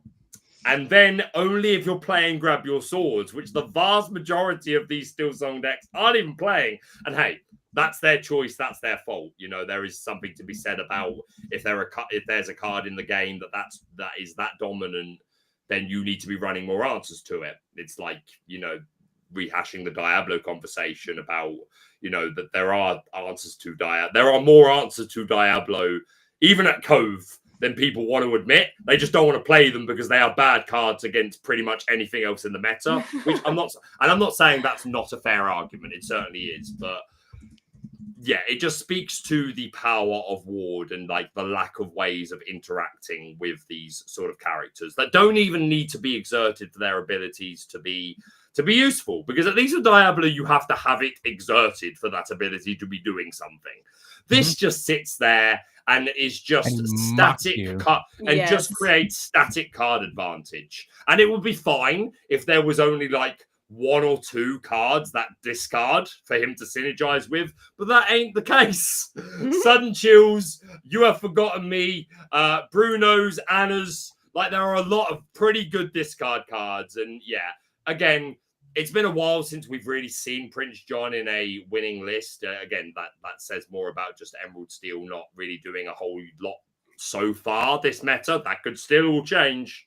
But this card, I just hate how it is so difficult to interact with. It doesn't even need to turn sideways to get its ability off. And if you think about it this way, that if you're making like your opponent discard, even if you're double singing Sudden Chill with Ursula, yeah, right, that's only a -1, right? Because you lost a Sudden Chill, they lost 2 cards. So that's -1. But if you've got this on the board, you're also going +2, gaining 2 cards. So the discrepancy in the card advantage that is created from this interaction, I think is just crazy. It's bonkers. It's bonkers. Yeah, Double singing. Yeah, I mean, like if you let a Diablo sit there for 4 turns and draw 4 cards just when you draw for turn, that feels like it's done way too much, right? Even if you don't draw any additional cards, like you don't play rabbits, you don't play friends, you don't play Flavisham, anything like that. If you are just drawing 4 turns in a row because you don't have an answer to their Diablo and they draw 4 cards in that time frame, that feels humongous. It feels game ending. It feels like you just lose. And you can create that with just Prince John plus You Have Forgotten Me, or Prince John plus Ursula's double singing Sudden Chill and then play an Anna or something. So yeah, Prince John, I'm not a fan of this card. Like as a villain enthusiast, good on you, Prince John. Well done, son.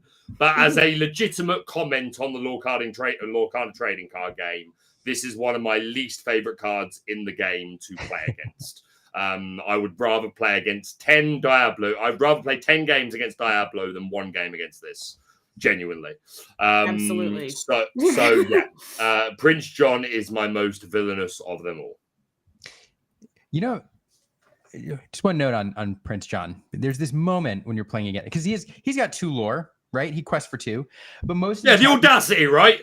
Like, and most of the time though, he just sits there, like just giving card advantage. Sometimes there's 2 of them and just sitting there, like mocking you.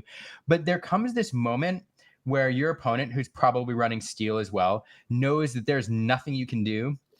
Maybe they're at no lore, maybe they're 5-10 lore, but they're going to start closing out the game, and they quest with their Prince Johns, and that's like that's them telling you, yeah, I've got this locked up. That's like when in a digital card game, somebody goes, good game, because they know they've won. Yeah, that's the thing about Prince John to me, is they just sit there until your opponent's like, yeah, I've got this. I'm gonna make him vulnerable, and there ain't nothing you can do about it. Slap in the face. It's so rude. It's like, oh, this pesky card. Yep, I agree. So that's why Prince John is my most villainous of them all. Tink swords and they're both gone. Yeah, sure, but like no one's playing swords. And again, I harken back to the comment I made earlier. If the card is that good, then maybe players should be playing swords. But I put swords back in. That's still only one color that has an answer. Do you know what I mean? And I'm not saying that every color has to be able to answer everything. Like, I'm actually a bit of an advocate for the idea of you make choices. Like whatever in combination you pick. Like, I don't think it's an awful thing to say, okay, there will be one in combination that you struggle to answer some of their cards. And you make choices and you try and be favored where you can be favored. And, that comes down to deck choice and deck building. So, yeah. Well, I hope that for everybody watching, I hope this has helped you figure out whether you are a villain or somebody perhaps is a villain, whether they know it or not. Yeah. This and again, like the important thing to remember is how you feel when you do these things. Like, where do you feel that sense of Schadenfreude when you play the B prep, when you play the Prince John plus You Have Forgotten Me, whatever it is. If you feel a little bit good at yourself and a little bit evil, and you have a sudden desire to take over all of Lorcana, then you too may be a villain. Yeah. You've been warned. Well, I'm hope we did a public servant announcement for everybody. There we go. With that bigger, it's getting a little late, but do you have time to close out with trivia? Yeah, absolutely. 100% right. of the time. Let's do it.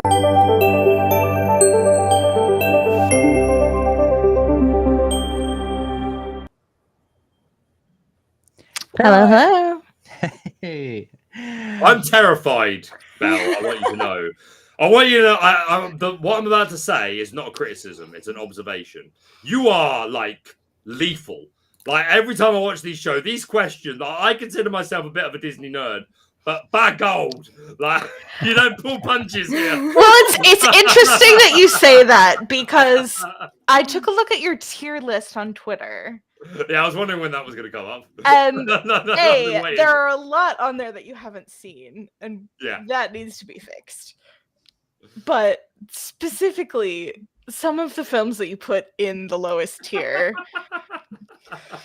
Who knew? I'm not mad. I'm just disappointed. I've been waiting for this to come up. Who knew after a year of some of the most outrageous things that I've said and done, that what it would take for people to really see me as the villain was a Disney tier list. Oh, I'm offended. I'm offended. Right? What? Oh, okay. Which one sticks out to you, Victoria? So many of them. In the D tier, I'm offended by The Incredibles. I know the animation wasn't great. You have to give it. The animation was it was good for the time. The plot's incredible. The character design is incredible and unique. So it's funny you say that as the first thing, because when I uploaded this tier list, that was the thing I thought I would get the most kickback for, that I haven't seen Incredibles, and it's I've not avoided it because I think it looks bad or anything. It just never happened. Yeah, the Inside Out was getting me too. That Inside Out is. I've heard Inside. I'm offended. Yeah, I've heard Inside Out is good, but I think that's I know it's not new. I know the second one only recently came out, but it's still newer than The Incredibles, right? Like that. I think that's the most reasonable criticism of this tier list, is the fact that I haven't seen The Incredibles, and I responded to someone that commented on that. I was like, yeah, you are right. I should have watched that by now, and I will do that in the coming year. And there's a couple of others on the unseen that I do want to get done, like Brave. I really want to see. I just haven't got round to it. I'm going to have to watch Bolt now that it's confirmed to be coming to the game. Of course. I've heard really good things about Inside Out, but I also think there's a lot on there that I think it's quite reasonable to have not seen, and I have and some of them like obscure, random. I mean, but I have to ask. Some of them are a bit random. Why is Wally in the D tier? Yeah. What, my dude? What do you have against saving the planet and adorable, robots? Like, okay, so there are answers to this. So, as I said, I thought the most flack I'd get was for Incredibles, but by gold, that D tier has caused some controversy. Lilo and Stitch is a well-beloved film in the Lorcana. Yeah. I hope that you understand that. No, I do. So that was the only other one that I knew going in that might upset some people, was the Lilo and Stitch one, because I am fully aware that Lilo and Stitch is universally beloved. I am fully aware that I'm in the vast minority for that. So I expected that to get a little bit of kickback. However, while I also know and have learned from Twitter recently, even more so, that there are a lot of Ratatouille and WALL-E fans, I will say I have also met just as many that agree with me that they're both a bit mid. Fascinating. I think they're just both a bit mid. WALL-E is one of the only Disney films that's been included in the Criterion Collection and has been brought into the Library of Congress. So, gonna disagree with you on that one. Ratatouille also spawned a fan musical on TikTok. So, as a musical theater fan, it is your responsibility to watch that one. As a musical theatre fan, I am qualified to call out a bad musical. Well, the film itself is not. The film itself is not a musical. No, I know, but just because you create a musical version of something, doesn't does not make it good. Does not make it good. 100%. But you have the dedication, Baker. The dedication should be proof enough, is what Bella's saying. Watch it. I don't know. There's some really judge dodgy things that have been turned into some musicals. I'm just saying, like, some things that really didn't need to be. But hey, no, I know that Ratatouille and WALL-E are enjoyed, but I would say that there are you'll find just as many people out there as that feel like me that they're both didn't do much. But the bottom line that I will say to top it all off is I only ever watched all three of these films once when they first came out. So a long time ago. Which is a travesty in and of itself. Well, but Do again, you need to borrow my Disney Plus account? Like, what's going on? I'll send you the login, bro. No, I have a Disney Plus account.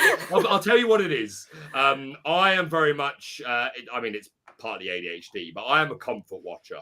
I will watch the same show, film, play the same game, read the same book 20 times over before I start something new. I'm just built that way. It takes an awful lot to make me watch something different.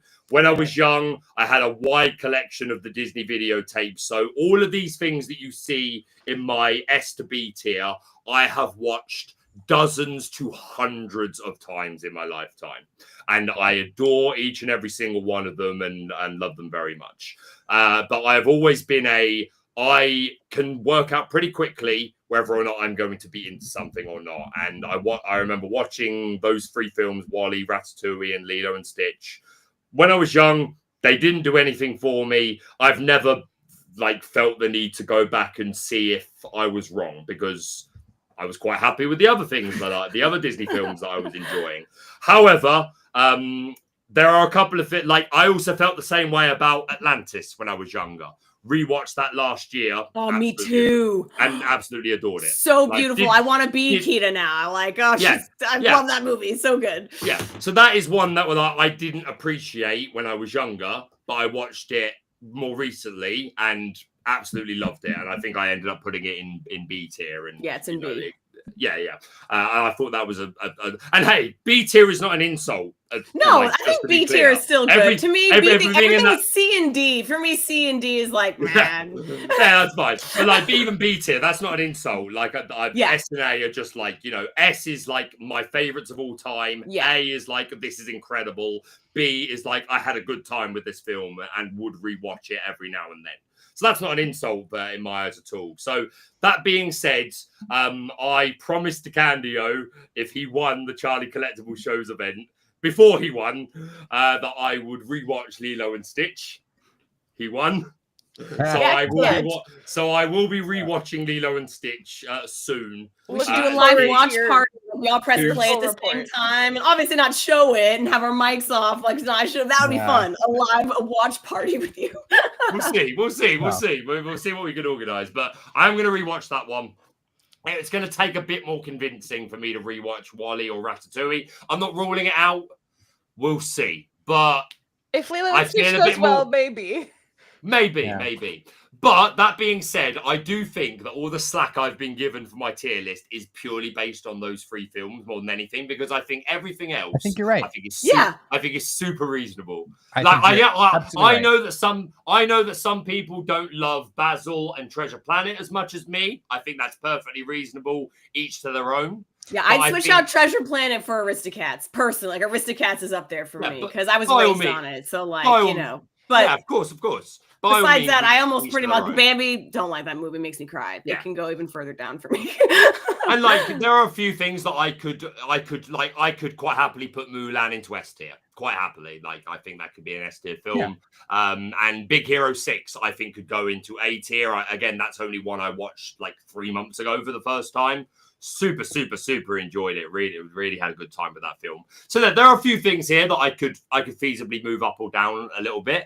But I think if people eliminate Stitch, WALL-E, Ratatouille, and get off my back about that for a minute, the rest of my list is pretty darn based. I The think only thing you're- I that's think wrong you're with right. it is that it's missing a couple of films which weren't on the tier list. So honorable mention to a Goofy movie, which is an S-tier film. Yes. Honorable mention to Lion King 2, which is also an S-tier film above Lion King 1. Whoa. Don't at What? me. Hot Yep. take? Whoa. Yeah. My Don't at husband me. will agree with you, actually. Yeah, Lion and that's not an insult. Lion King 1 is one of the greatest things ever created. Lion King 2 is just that good. So honorable mention to that. Honorable mention to The Return of Jafar. It's probably bottom of A tier realistically, but I have a soft spot for it. Of course. And Nightmare Before Christmas. Oh, yes. And So- Homeward Bound. Homeward Bound is also missing from this list and is a fantastic film. which is not animated. It's still a Disney film, right? Yeah. Sure, but this from what I can tell on this list is all of It's all the- animated, yeah. I was Because gonna Mary say, Poppins is missing as well. it's the Yeah. Disney animated canon and Pixar. Pixar, yeah. Yeah, because none of the films that you said are missing are actually made by Walt Disney Animation Studios. They were all either Disney Toon Studios or another direct-to-video sequel studio, Wow. or Tim Burton, as the Yeah. case is with Nightmare Before Yeah. Christmas. Yeah. Shout out to The Princess and the Frog, which a couple of people are mentioning, which Hmm. I haven't seen the whole film. I've seen bits of it because I had to sing Friends on the Other Side for a show once. So I watched like all the Facilier scenes. Yeah. And he Keith and David he is he's great. Yeah, great villain. And yeah, that's another one that I could see myself watching properly for sure. I agree. I think you have way more right on here that I agree with than you have wrong. And it really is just Mhm. those three films. But if I could throw out a bone for Turning Red, it's one of my favorites. And it really got short shrift by going straight to Disney Plus and not getting a theater release. So that's one I think people should watch more of. so RMB. I see anyway. that you're impatient for trivia. Yes, let's do it. It's funny that you want to move on because trivia is based on the D tier films. Oh, good God. So you're setting me up to fail before we start, basically. There is a reason it's a team effort. Yes. It's in part to convince you that you should watch these films. Okay. So we'll Good. start off with one that's a little bit easier if you remember the film. What catchphrase inspires Remy to follow his chef dreams, and who says it? So I know this is Ratatouille because I know he's a chef. Yeah. But I don't know who Remy is. Remy's the rat. Remy's the rat, but Remy's I haven't seen it in years, so I'm Oh, like I've brain got it. farting. Can you repeat the question? I've got it. Sure. What catchphrase inspires him to follow his chef dreams? And who Yeah. says it? I feel like it's his grandpa, but that's No. wrong. No. Stephen Gettle's got it in the chat. It's anyone can cook. Anyone could cook. Anyone can cook. Brendan Candio coming in Twitch with the Hey. anyone can cook. Chef Gusteau. Okay. There you Yes. Who I can't. appears as a small little cartoon chef on Remy's shoulder throughout the film. go. I did do when I was in Disneyland. I did do the Ratatouille ride, which Ross dragged me on. Oh, to. it's so Excellent. fun. It's such a good one. Thank you, was Ross. fun. Yeah, that was Thank fun. you, Ross. Mm. All right. Question number 2. What kingdom does Raya hail from in Raya and the Last Dragon? All right, we didn't talk about this one. No, we did not. We did talk about this one. I saw a tweet by Eric of the Gamer saying, "I see all your tier lists, and you're all wrong about Raya." And I You want to are. say, no, we're not. The fact that film was produced completely remotely during the pandemic, Oh, that's cool. incredible. I didn't know that. Oh, no, I am sure that, and hey, my comments about Disney films are never insult to their creation or any Sure. of their actors Of or anyone course. involved with them. It's purely my enjoyment of Sure. the product that they create. So while I have no doubt that it was a marvelous feat of creation, this was one I only watched recently. Like I watched it, I think when Raya came into Lorcana, so set Okay. 3 or 4. Mhm. And Me too. And I only can remember Fang River City. That's the only I- tribe I can, because the card. It's Right? the only one I can really remember. struggled. So I She is- struggled to finish it. To be She's honest, She's I not really from struggled to get Fang. through it. that's the only one I can remember Yeah, because it's like, it's this got is a not- this is location, not right, and I'm yeah. like, So there's a couple folks in chat who've gotten an answer I will accept, which is the Kingdom of Heart. Kingdom Interesting. Hearts. Any relation to Never. Kingdom Not- Hearts? Not any relation to Kingdom. So Okay. the original kingdom within the film has a name, and it's split into 5, and it's 5 different parts of a dragon, and so that's where the name Heart comes from. But Soul. there is a name for the whole Soul. kingdom, and that is actually the answer that I'm looking for. And if nobody has it, this might be the first question that doesn't get answered Yeah. in my tenure on the show. Chat will rescue us eventually, I'm sure. But Yeah, I have no idea. chat. I've only seen Raya once. Like, Me too. It was enjoyable. Liam, no. Yeah, it was good. Like, It's one of those films. Like, I enjoyed it. Like, I got to the end. I'm like, that was a good film, and I love. You can say, Liam, it was bad. It was a bad film, Liam. Just It's say a it. film It just about felt loss. long, It's a film about like- grief. right. Like, I get to the end, and I'm like, that was a long movie. I don't know. Kingdom. Dick Burns. That is not correct. That is Oh, not a sounds part of a correct. dragon. No. That sounds correct. ABBC. Yes, ABBC, who we really need to have on for trivia, Liam. Yeah, we do. And R&B coming in with the answer here. Kumandra? Kumandra. What? No. B Squared says Blue Eyes White It's- Dragon. I don't it's- think that's true. It's Dragon. in, I know it's in that at one. least, I was going to say, Kumandra is in at It's least one of her subtitles as a Lorcana card. Like in the text, like in Yeah. the flavor No, text like at the bottom. in her subtitle, like Warrior of Kumandra. Yeah. Really? Mhm. What? Yeah. Okay. Yeah, it's in there, I promise. Okay, Yeah, I believe well, you. Yeah, You're a scholar. you're the one who looks it up with us. Or for I us, know it's not meta, or I'd know it. Yep. That's fair. That's If fair. I don't know its subname, it probably doesn't seem It is. That card is not played. I can tell you that with certainty. Because I don't know what it is. Yep. I don't even know who you are. All right. In Monsters University, which no. fraternity is Sully originally recruited by? So unnecessary, man. That was... The evil bad one. I was Yeah. having this conversation with. So it's funny because the last time I was actually having this same defensive talk about my tier list last night with my D&D group of friends, and we were talking about Monsters University, and we were saying at the time why they felt the need to do a prequel. Like, you should, like, if you were going to do another, do a sequel. The show. They did I the did- show, and we my- finally got it. I don't know if you've seen it, Baker, but they did a show. They finally did it.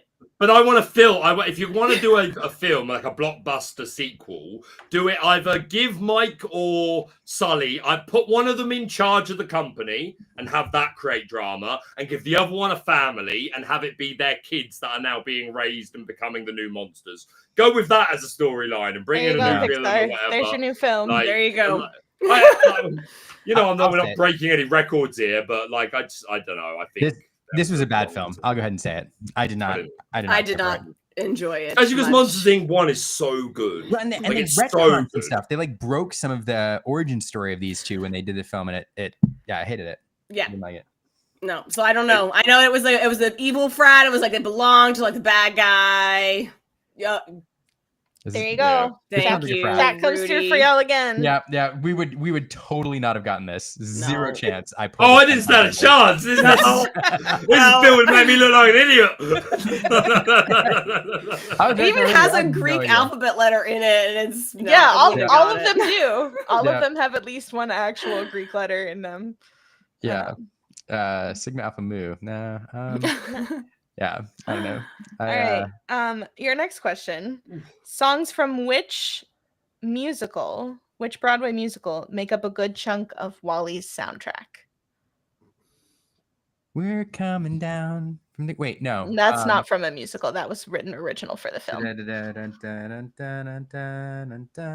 is that from? Oh, and there was like they're dancing in the street with the rain. They're dancing in the street with the rain. Singing Rain. in the rain. Singing in the rain. Singing, it's not singing in the rain. It's Liam's got the right song. Does he know the words? Because that might trigger Baker. What's that from, Aaron? Yeah. Wait. Wally. Merrily we go around. No, it's not Merrily. Okay. You're yeah, starting to get- in Wally, it was like a black and white scene, and they're like dancing, and the song is playing, and like there's got the top hat, yeah, and like it's definitely an older one. Stephen Gettle with a good hint. It is something about Sundays. Sundays. Sunday in the Park with George. No, so the song title, not the musical title. Okay. This sounds right. Is this right? It is. Oh, Hello Dolly. Hell, oh, and Put on your Sunday clothes. Oh, I see. I know that song, but Yeah. again, I don't remember it being in Wally. It is in Wally. No. It's the song that Wally's Wally's like obsessed with. Mhm. No, I believe you. Again, Yeah. just again, when did Wally come out? I'm sure you know that off the top of your head. Sorry, 2008. 2008. There you go. So Yeah. I was 18. That was 17 years since I've seen it. You should rewatch it. I think was- you'd probably like it more. I was gonna say I was Maybe. 15 and it's my favorite Pixar film. So But Toy Story's right there. don't get me wrong, Toy Story 2 is my third favorite, but like Toy Story 2 over Toy Story Toy- 3? yes. Like, the tears. Trust me, Toy Story 3 is also high up there because that was the year that I graduated high school. But 1, 2, and 3 are SD film. SD Yeah, film. S Always, tier films always, for sure, for Easily. sure. It's the perfect Disney trilogy. I But agree. Pixar, but Mhm. And Pixar then 4. I see it down there, Baker. no, I wasn't gonna ask you anything about food, Yeah. because there's a 4. Don't know what you're talking even about. happened in it? I'm glad They're you gonna- watched it. they're gonna make that was a another student one. film, wasn't it? That was Yep. a student film, wasn't it? Yeah. just Yes, R&B. I did ask what the musical was called. I think Steven was just trying to help Liam figure Oh. out the words. Oh, did we not get the musical? No, Ryan got the musical. Oh, okay, It's yeah, Hello so that- Dolly. Hello, Dolly. Yeah. Okay. Your last question. Name 2 Elvis songs that feature in Lilo and Stitch. Okay, well, I can just guess until I. Hound Dog is Hound Yes, Dog one Hound of them. Dog is one of them. Ring of Fire. Ring of Fire is not Elvis. No, Suspicious that's Johnny Minds. Cash. Mhm. Say again, Suspicious Baker. Minds? Yes, Suspicious Suspicious Minds. Minds. See, there you Oh, go. there you go. You know what drives me? Yes, I'm on the board. Small little thing that drives me crazy about the Elvis songs. It's a small thing. The part in the movie where Stitch is serving as the record player and they put his finger on the thing, they changed that song between the trailers and the movie. They did. And I will never get over that. Ever. Well, it's because Suspicious Minds is not as recognizable of an Elvis Then hit as Hound Dog. Why did they put it in the trailer? No, Hound Dog is what they put in the trailer. Suspicious Minds is what's in the film. Why did they put Suspicious To Minds in the film? lure people. I mean, Suspicious Yeah, that's Minds is one of the most famous Elvis songs of all time. Yeah. I don't Yeah. know, man. I I didn't know it as an Elvis song I do. before that film. I do. Yeah. Suspicious Minds is like, yeah, so I did 2 years in Cyprus doing singing work where there a lot of people that I were working out there were like tribute acts, like Elvis, Sinatra, like more modern pop stars like Adele, things like that. So I've met and worked with a lot of Elvis Presley tribute acts, and yeah, Suspicious Mind is easy top 3 most requested song for an Elvis fan 100% of the time. Oh, well, for an Elvis fan, but like the masses at large.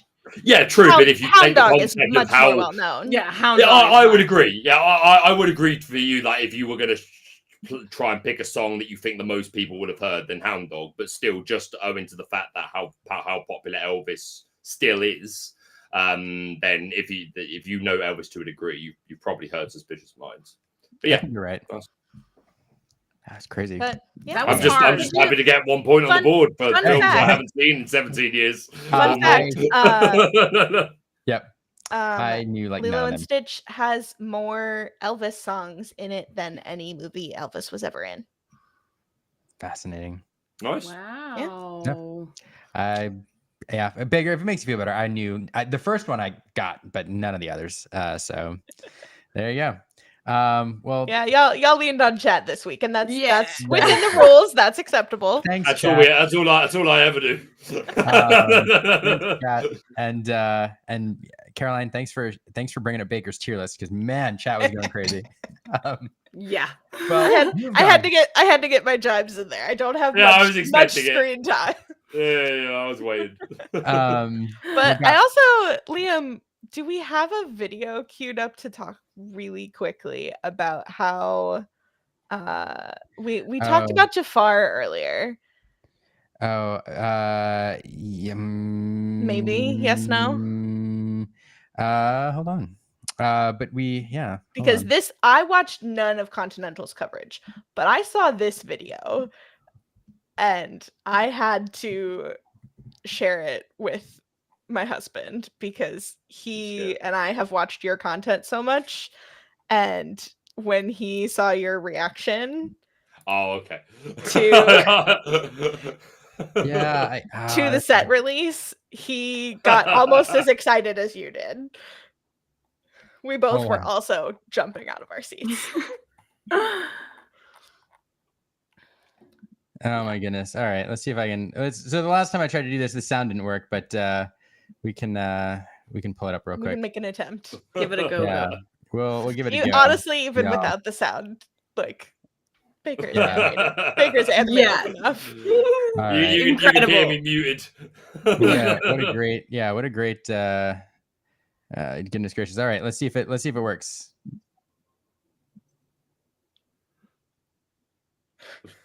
I can feel it though. Yeah, the energy is just like radiating off of you.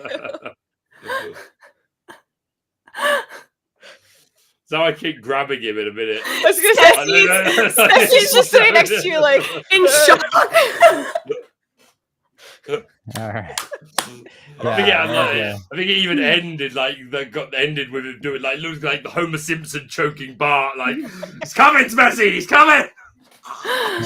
Too excited. Too excited. That was good. Oh man, it was so much fun. It was so much fun. It really was.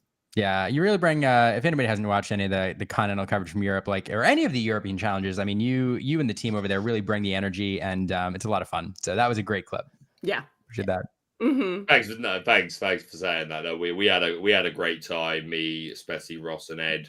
It was an honor, and so many. It was just great to be in the room with all the other casting teams as well, people we've met over the year, and of course getting to see some players that we've met over the course of the year and meeting some people for the first time. The fact that they gave us the honor of being the ones to announce 2 sets. Yeah. And one of which, is a huge honor, and a big. That's a lot of trust to put in me and Spessy to be the ones to announce that for the first time. Just on a personal level, the fact that it was a set like the Reign of Jafar that was kind of. I think I said it on stream as soon as it happened. I got 8 messages from people saying you were meant to reveal that. That was perfect for you. Oh yeah. And I felt honored to get to do so, and it was a lot of fun. I'm glad a lot of people seemed to enjoy the moment, and we were able to bring it to life like that. Yeah, we had a great time. Yeah, I got to meet a few people. That's Deio there. I met Zanzide as well, and got to take my mum to Disneyland. I love this story. And I love this tweet. It's amazing. Yeah, it was very emotional to get to do it. It took an awful lot of planning. There was a period of time where I'd been trying to make it happen since I got the confirmation that I was doing Euros, just because it made sense financially. Because obviously, because I was working, they were when you cast, you get your expenses are covered, any travel related to the event. So that meant that Fanfinity were paying for me anyway to go to get to travel to Disneyland Paris and to travel back. And of course, I was only covered the hotel for the weekend for the event, obviously. But so I still paid out for the extra nights in the hotel and the park tickets for me and mum. But because they were already paying for a return ticket for me to travel, it made no difference for them to make that a return on Wednesday as opposed to the Monday. So it just meant that I was able to save like a few £100 on what would have been the Eurostar, which is significant amount of money to me and my family, just saving £400-500 on one-way travel. So it was the right time to do it, and because I was going to be there anyway. And yeah, it took an awful lot of organization because I'm my mum's full-time carer, so she had to do that journey all on her own. So it took a lot of planning on like making sure that there was accessibility and making sure there were people to receive my mum at each like station along the way and to help her to get from platform to platform. And it took a lot of planning, a lot of stress as well, because like on the day she was traveling, that was the Sunday. I was casting day 2, but she was there. But like in the back of my mind, I knew it was the day that my mum was traveling up. So in the back of my mind, I've got that worry of like, it was only going to take one person to not show up to the planned meeting point. Do you know what I mean? For her to not make it there. So you were nervous the whole time you were casting. I just have to say, I didn't know that about you, Baker. And while you might be the villain, that is super awesome that you're a caretaker for your mom. You know, a lot of men wouldn't step up, or just children in general wouldn't step up to that plate. So I just have to say that's really cool. I'm glad I got to see this. That picture is really special. So very cool. Thank you. Yeah, no, but any of your Lorcana world at all? A little bit. We didn't organise to have her actually come into the hall just because, again, the journey was so long and strenuous on her as it was. And even then, when she got to Disneyland, she had to find the right hotel. By the time she got there, she was like absolutely exhausted and needed to like go and have a nap and everything. And like I said, this was on the Sunday. So by the time she got there, it was like maybe the semi-finals were happening. And then she still needed to settle in and get herself sorted. So she wasn't able to come and actually see the venue. But thankfully, the hotel I was staying in, for that Sunday night, she just stayed in the same room as me that I was in anyway. And she came down and she met a few people. She met, I introduced her to Spessy, Ross and Ed, who were staying in the hotel. So they met her briefly. Spessy actually gave my mum a pack of Lorcana cards and to open in front of them, which was very cute. Very cool. Also introduced her to so there's a gentleman called Toon who works for Fanfinity. He's actually like one of the most high up people in Fanfinity. And he has been my point of contact for Fanfinity ever since beginning casting. Because obviously it's a Disney decision, a Ravensburger decision, and a Fanfinity decision to do like with who cast, etc. So for Fanfinity, Toon has been my point of contact right from the beginning, and is one of the nicest, most hardworking people I've ever met in my entire life, and has like gone out of his way to make anytime I've ever had an issue or a concern, like he has been there 100% to make sure that my mind was set at ease, and he's gone above and beyond for me. So a huge shout out to Toon, and I was very keen to introduce him to Mum because she knows how much he'd done. But like he was the one that organised like to have the travel, me come back on the Wednesday as opposed to the Monday, and like get that all sorted. And he also got us an extra day ticket for Disneyland for the Monday, which I ended up having to pay for anyway because the package deal I got, it ended up being cheaper. But he basically went out of his way to try and make it as easy as possible, not just for this Disneyland trip, but throughout the entire year. So a huge shout out to Toon. If you ever meet him at a European event, take advantage of it. He's a great guy. But yeah, introduced him to her. And then because we stayed obviously the Monday, Tuesday, Wednesday, coincidentally, so did Steve Warner and his partner, and Tim and his partner Mimi, and another member of the Ravensburger team, Fabian, who lives with Tim and Mimi. They're all long-term friends. The 5 of them had all made plans to stay in Paris for a couple of days after the weekend, and same as me and my mum were doing, and same as a couple of people were doing, and take advantage of the trip and enjoy Disneyland.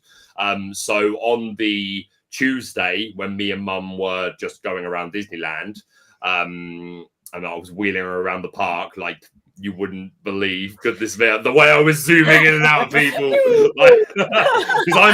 because I'm such a fast-paced person. Like, I can't wait in queues. I can't like slow walk behind people. I am such a get to A to B person.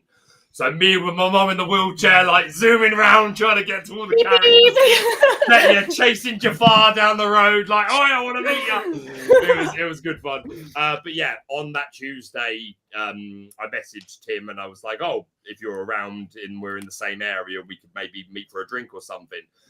So my mum got to meet Steve Warner, and Tim and me and Fabian of Ravensburger. So yeah, she got to see the Lorcana world a little bit. She got to meet a few people.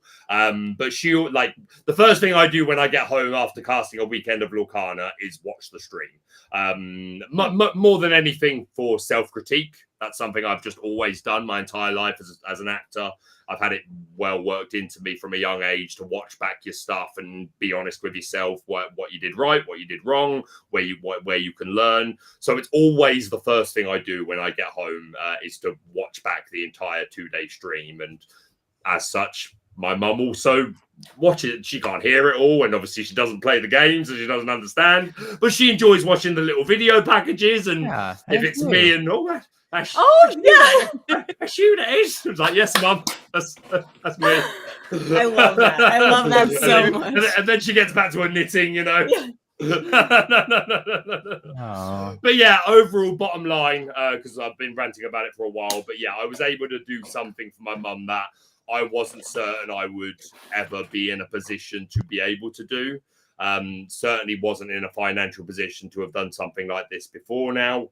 I've basically skinted myself from what I made this year to do it, but I don't regret a single penny of it, because realistically, while I have every hope that I get my mum for another 20, 25 years, realistically, there's only going to be so many of those years where she is still going to be as coherent. And like at the moment, she can walk a bit, like, I was taken around in the wheelchair more for like just to save her body. But at the moment, she can still stand. She was able to stand and give Mickey Mouse a cuddle. There's an example. In 5 years, she might not be able to do that, you know, and, you know, whether it's to do with her body or a mental state, she might not always be able to. So I knew I was on a bit of a time limit to be able to have this kind of experience with her again. So yeah, it's just another thing on a very long list that I am so very thankful to Lorcana and everyone that has supported me for, because without it, it just would not have been possible. That's not even just a cliche bit of dramatic flair. Like, genuinely, I would not have been able to do that if it wasn't for Lorcana in the position that I've been very fortunately found myself in. So no, I'm super happy I was able to, and she had a great time. That's awesome. Mm-hmm. That's wonderful. Yeah, there are lots of people saying in the chat how wholesome that is, and it warms the heart. Yeah, it's great to see the support from the community for my mum has been like really heartwarming. So I'm super grateful. Yeah. I don't know where to segue from that. What a way to close out the show, huh, Liam? Yeah. Sorry. Mm-hmm. No, it's so good. heartwarming, it's and it's the best. Yeah. Mm-hmm. Ah, man. Stories like that are why we do this, right? Yeah. Yeah. Gosh. Well, with that, let's just real quick. God, what a late show. Let's. I know. Let's go around. I just want to make sure that people know where to follow you all. Before we sign off, Victoria. Thank you so much for hanging out. Thanks for having me. This was the hangout that we didn't get to do this weekend at Yes. Legends. We were both so busy. How can people follow you? So I'm on Twitch, Lorcana_girl. My friend just got me this cool plaque for Christmas. I'm also mostly on Instagram, Lorcana girl on Instagram. But I did start streaming on Twitch 2 times a week now. So absolutely follow me. I'm on all the social medias, but I'm not really active on most of them. So those are the 2 places to follow me. Okay. Baker, where can people follow you? Both on Twitter and on YouTube at Lorcana Villain. Tweets 90% Lorcana and 10% nonsense. YouTube channel 100% nonsense. Occasional tier list. And Carolyn, where can people follow you? You can always follow me at Lorcana Bell on Twitter, at Lorcana.bell on Instagram. I am a lot less active right now because I have a new job, and so I am trying to focus on that and give that my all. But I will be on break very soon for the holiday, so hopefully have a little more time for Lorcana things. Was working on the performance tracker while I was in the green room. So hopefully that will finally go live like very soon. I realized that there was like a whole bunch of data missing from one sheet. So that's why it hasn't gone live yet, but very soon. Wow. Yeah, definitely follow all of these folks, and I'll make sure links are in the show notes. Last but and follow the Illimiteers. Yeah, absolutely follow the Illimiteers. I appreciate it. We're close to 5,000 subs on YouTube, but I don't think we'll get there by the end of the year. But one day. Hashtag goals. Before we sign off, one final piece of business, 5 minutes or less. There was a random video came in today.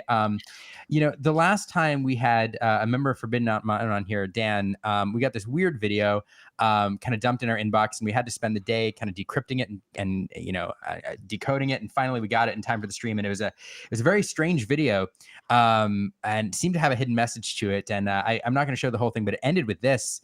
And Baker, I think it was from your team, one of your minions, perhaps.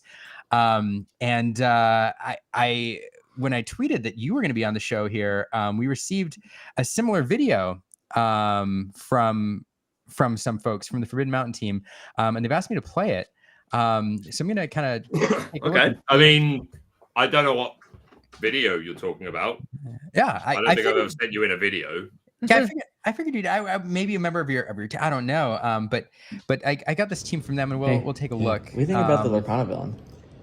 Well, when I think of Lorcana, all I think about is joy, happiness, children laughing. When you add villain to the end, just take all that away. At home, super bummed, sick, had to miss the CCS. Just wanted to say, Lorcana Villain absolutely sucks. Lorcana Villain is the worst.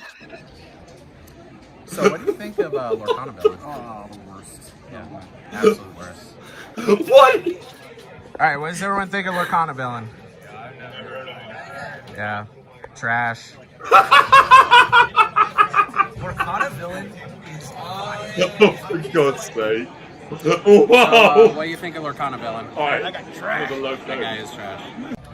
Like, honestly, Lorcana Villain is the absolute worst. I mean, if you want to find a Lorcana player that is taking advantage of people, thinking that he's good and giving them advice, and dude, he's just absolutely trash, man. What a terrible person.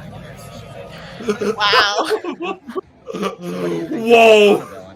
Never heard of them. And I've heard of all the greats. Cruella, Ursula, Jafar, you name them, I've heard of them. I have no idea who this person is. No one does. I am Melisicent's daughter and the Lorcana Villain. Oh, come on. He is a snotty little brat, and he smells Whoa, expired cheese and milk. All right, Luca, what do you think of Lorcana Villain? Oh, come on. That is a good question. Never heard of him. Yeah, most people haven't.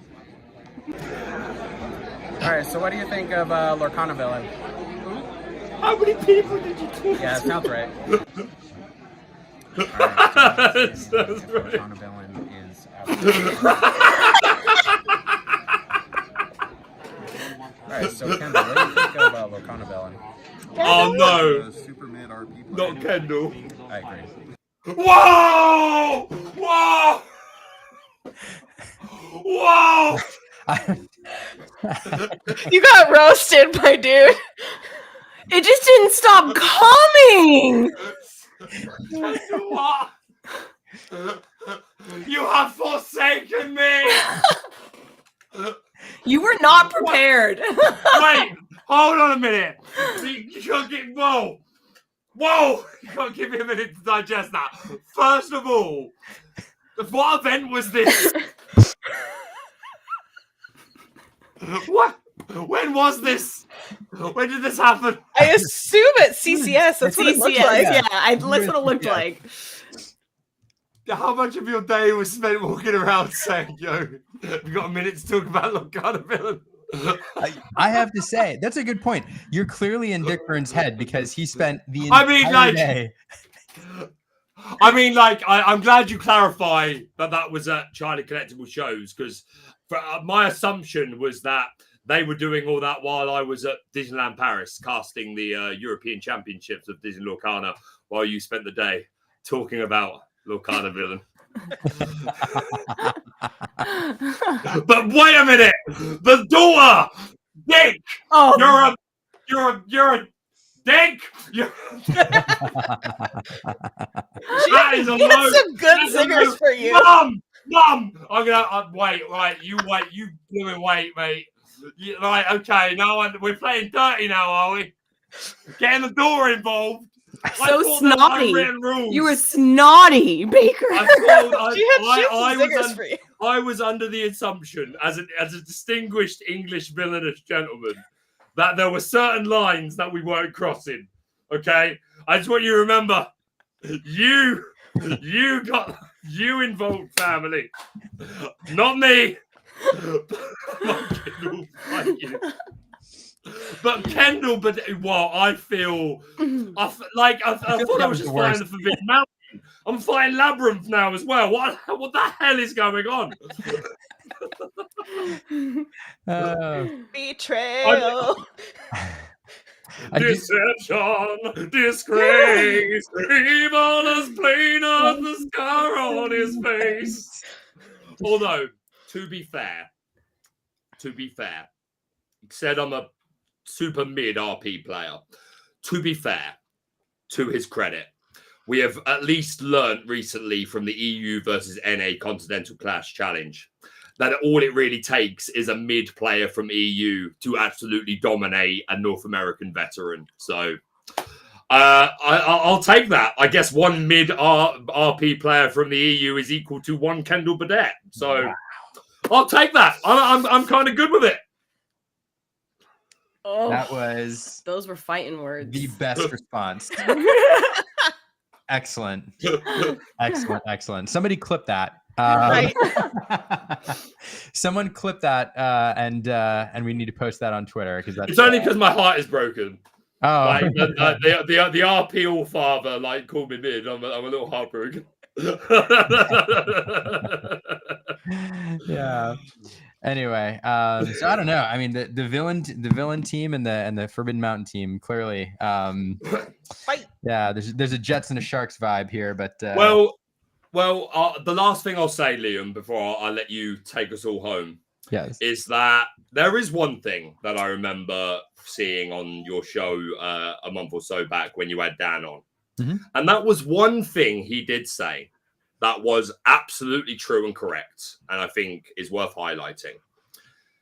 That the EU versus North American Championships started with me and you. It does not end until I have put you into the dirt. So consider this an official challenge in an exhibition match for the LCCC.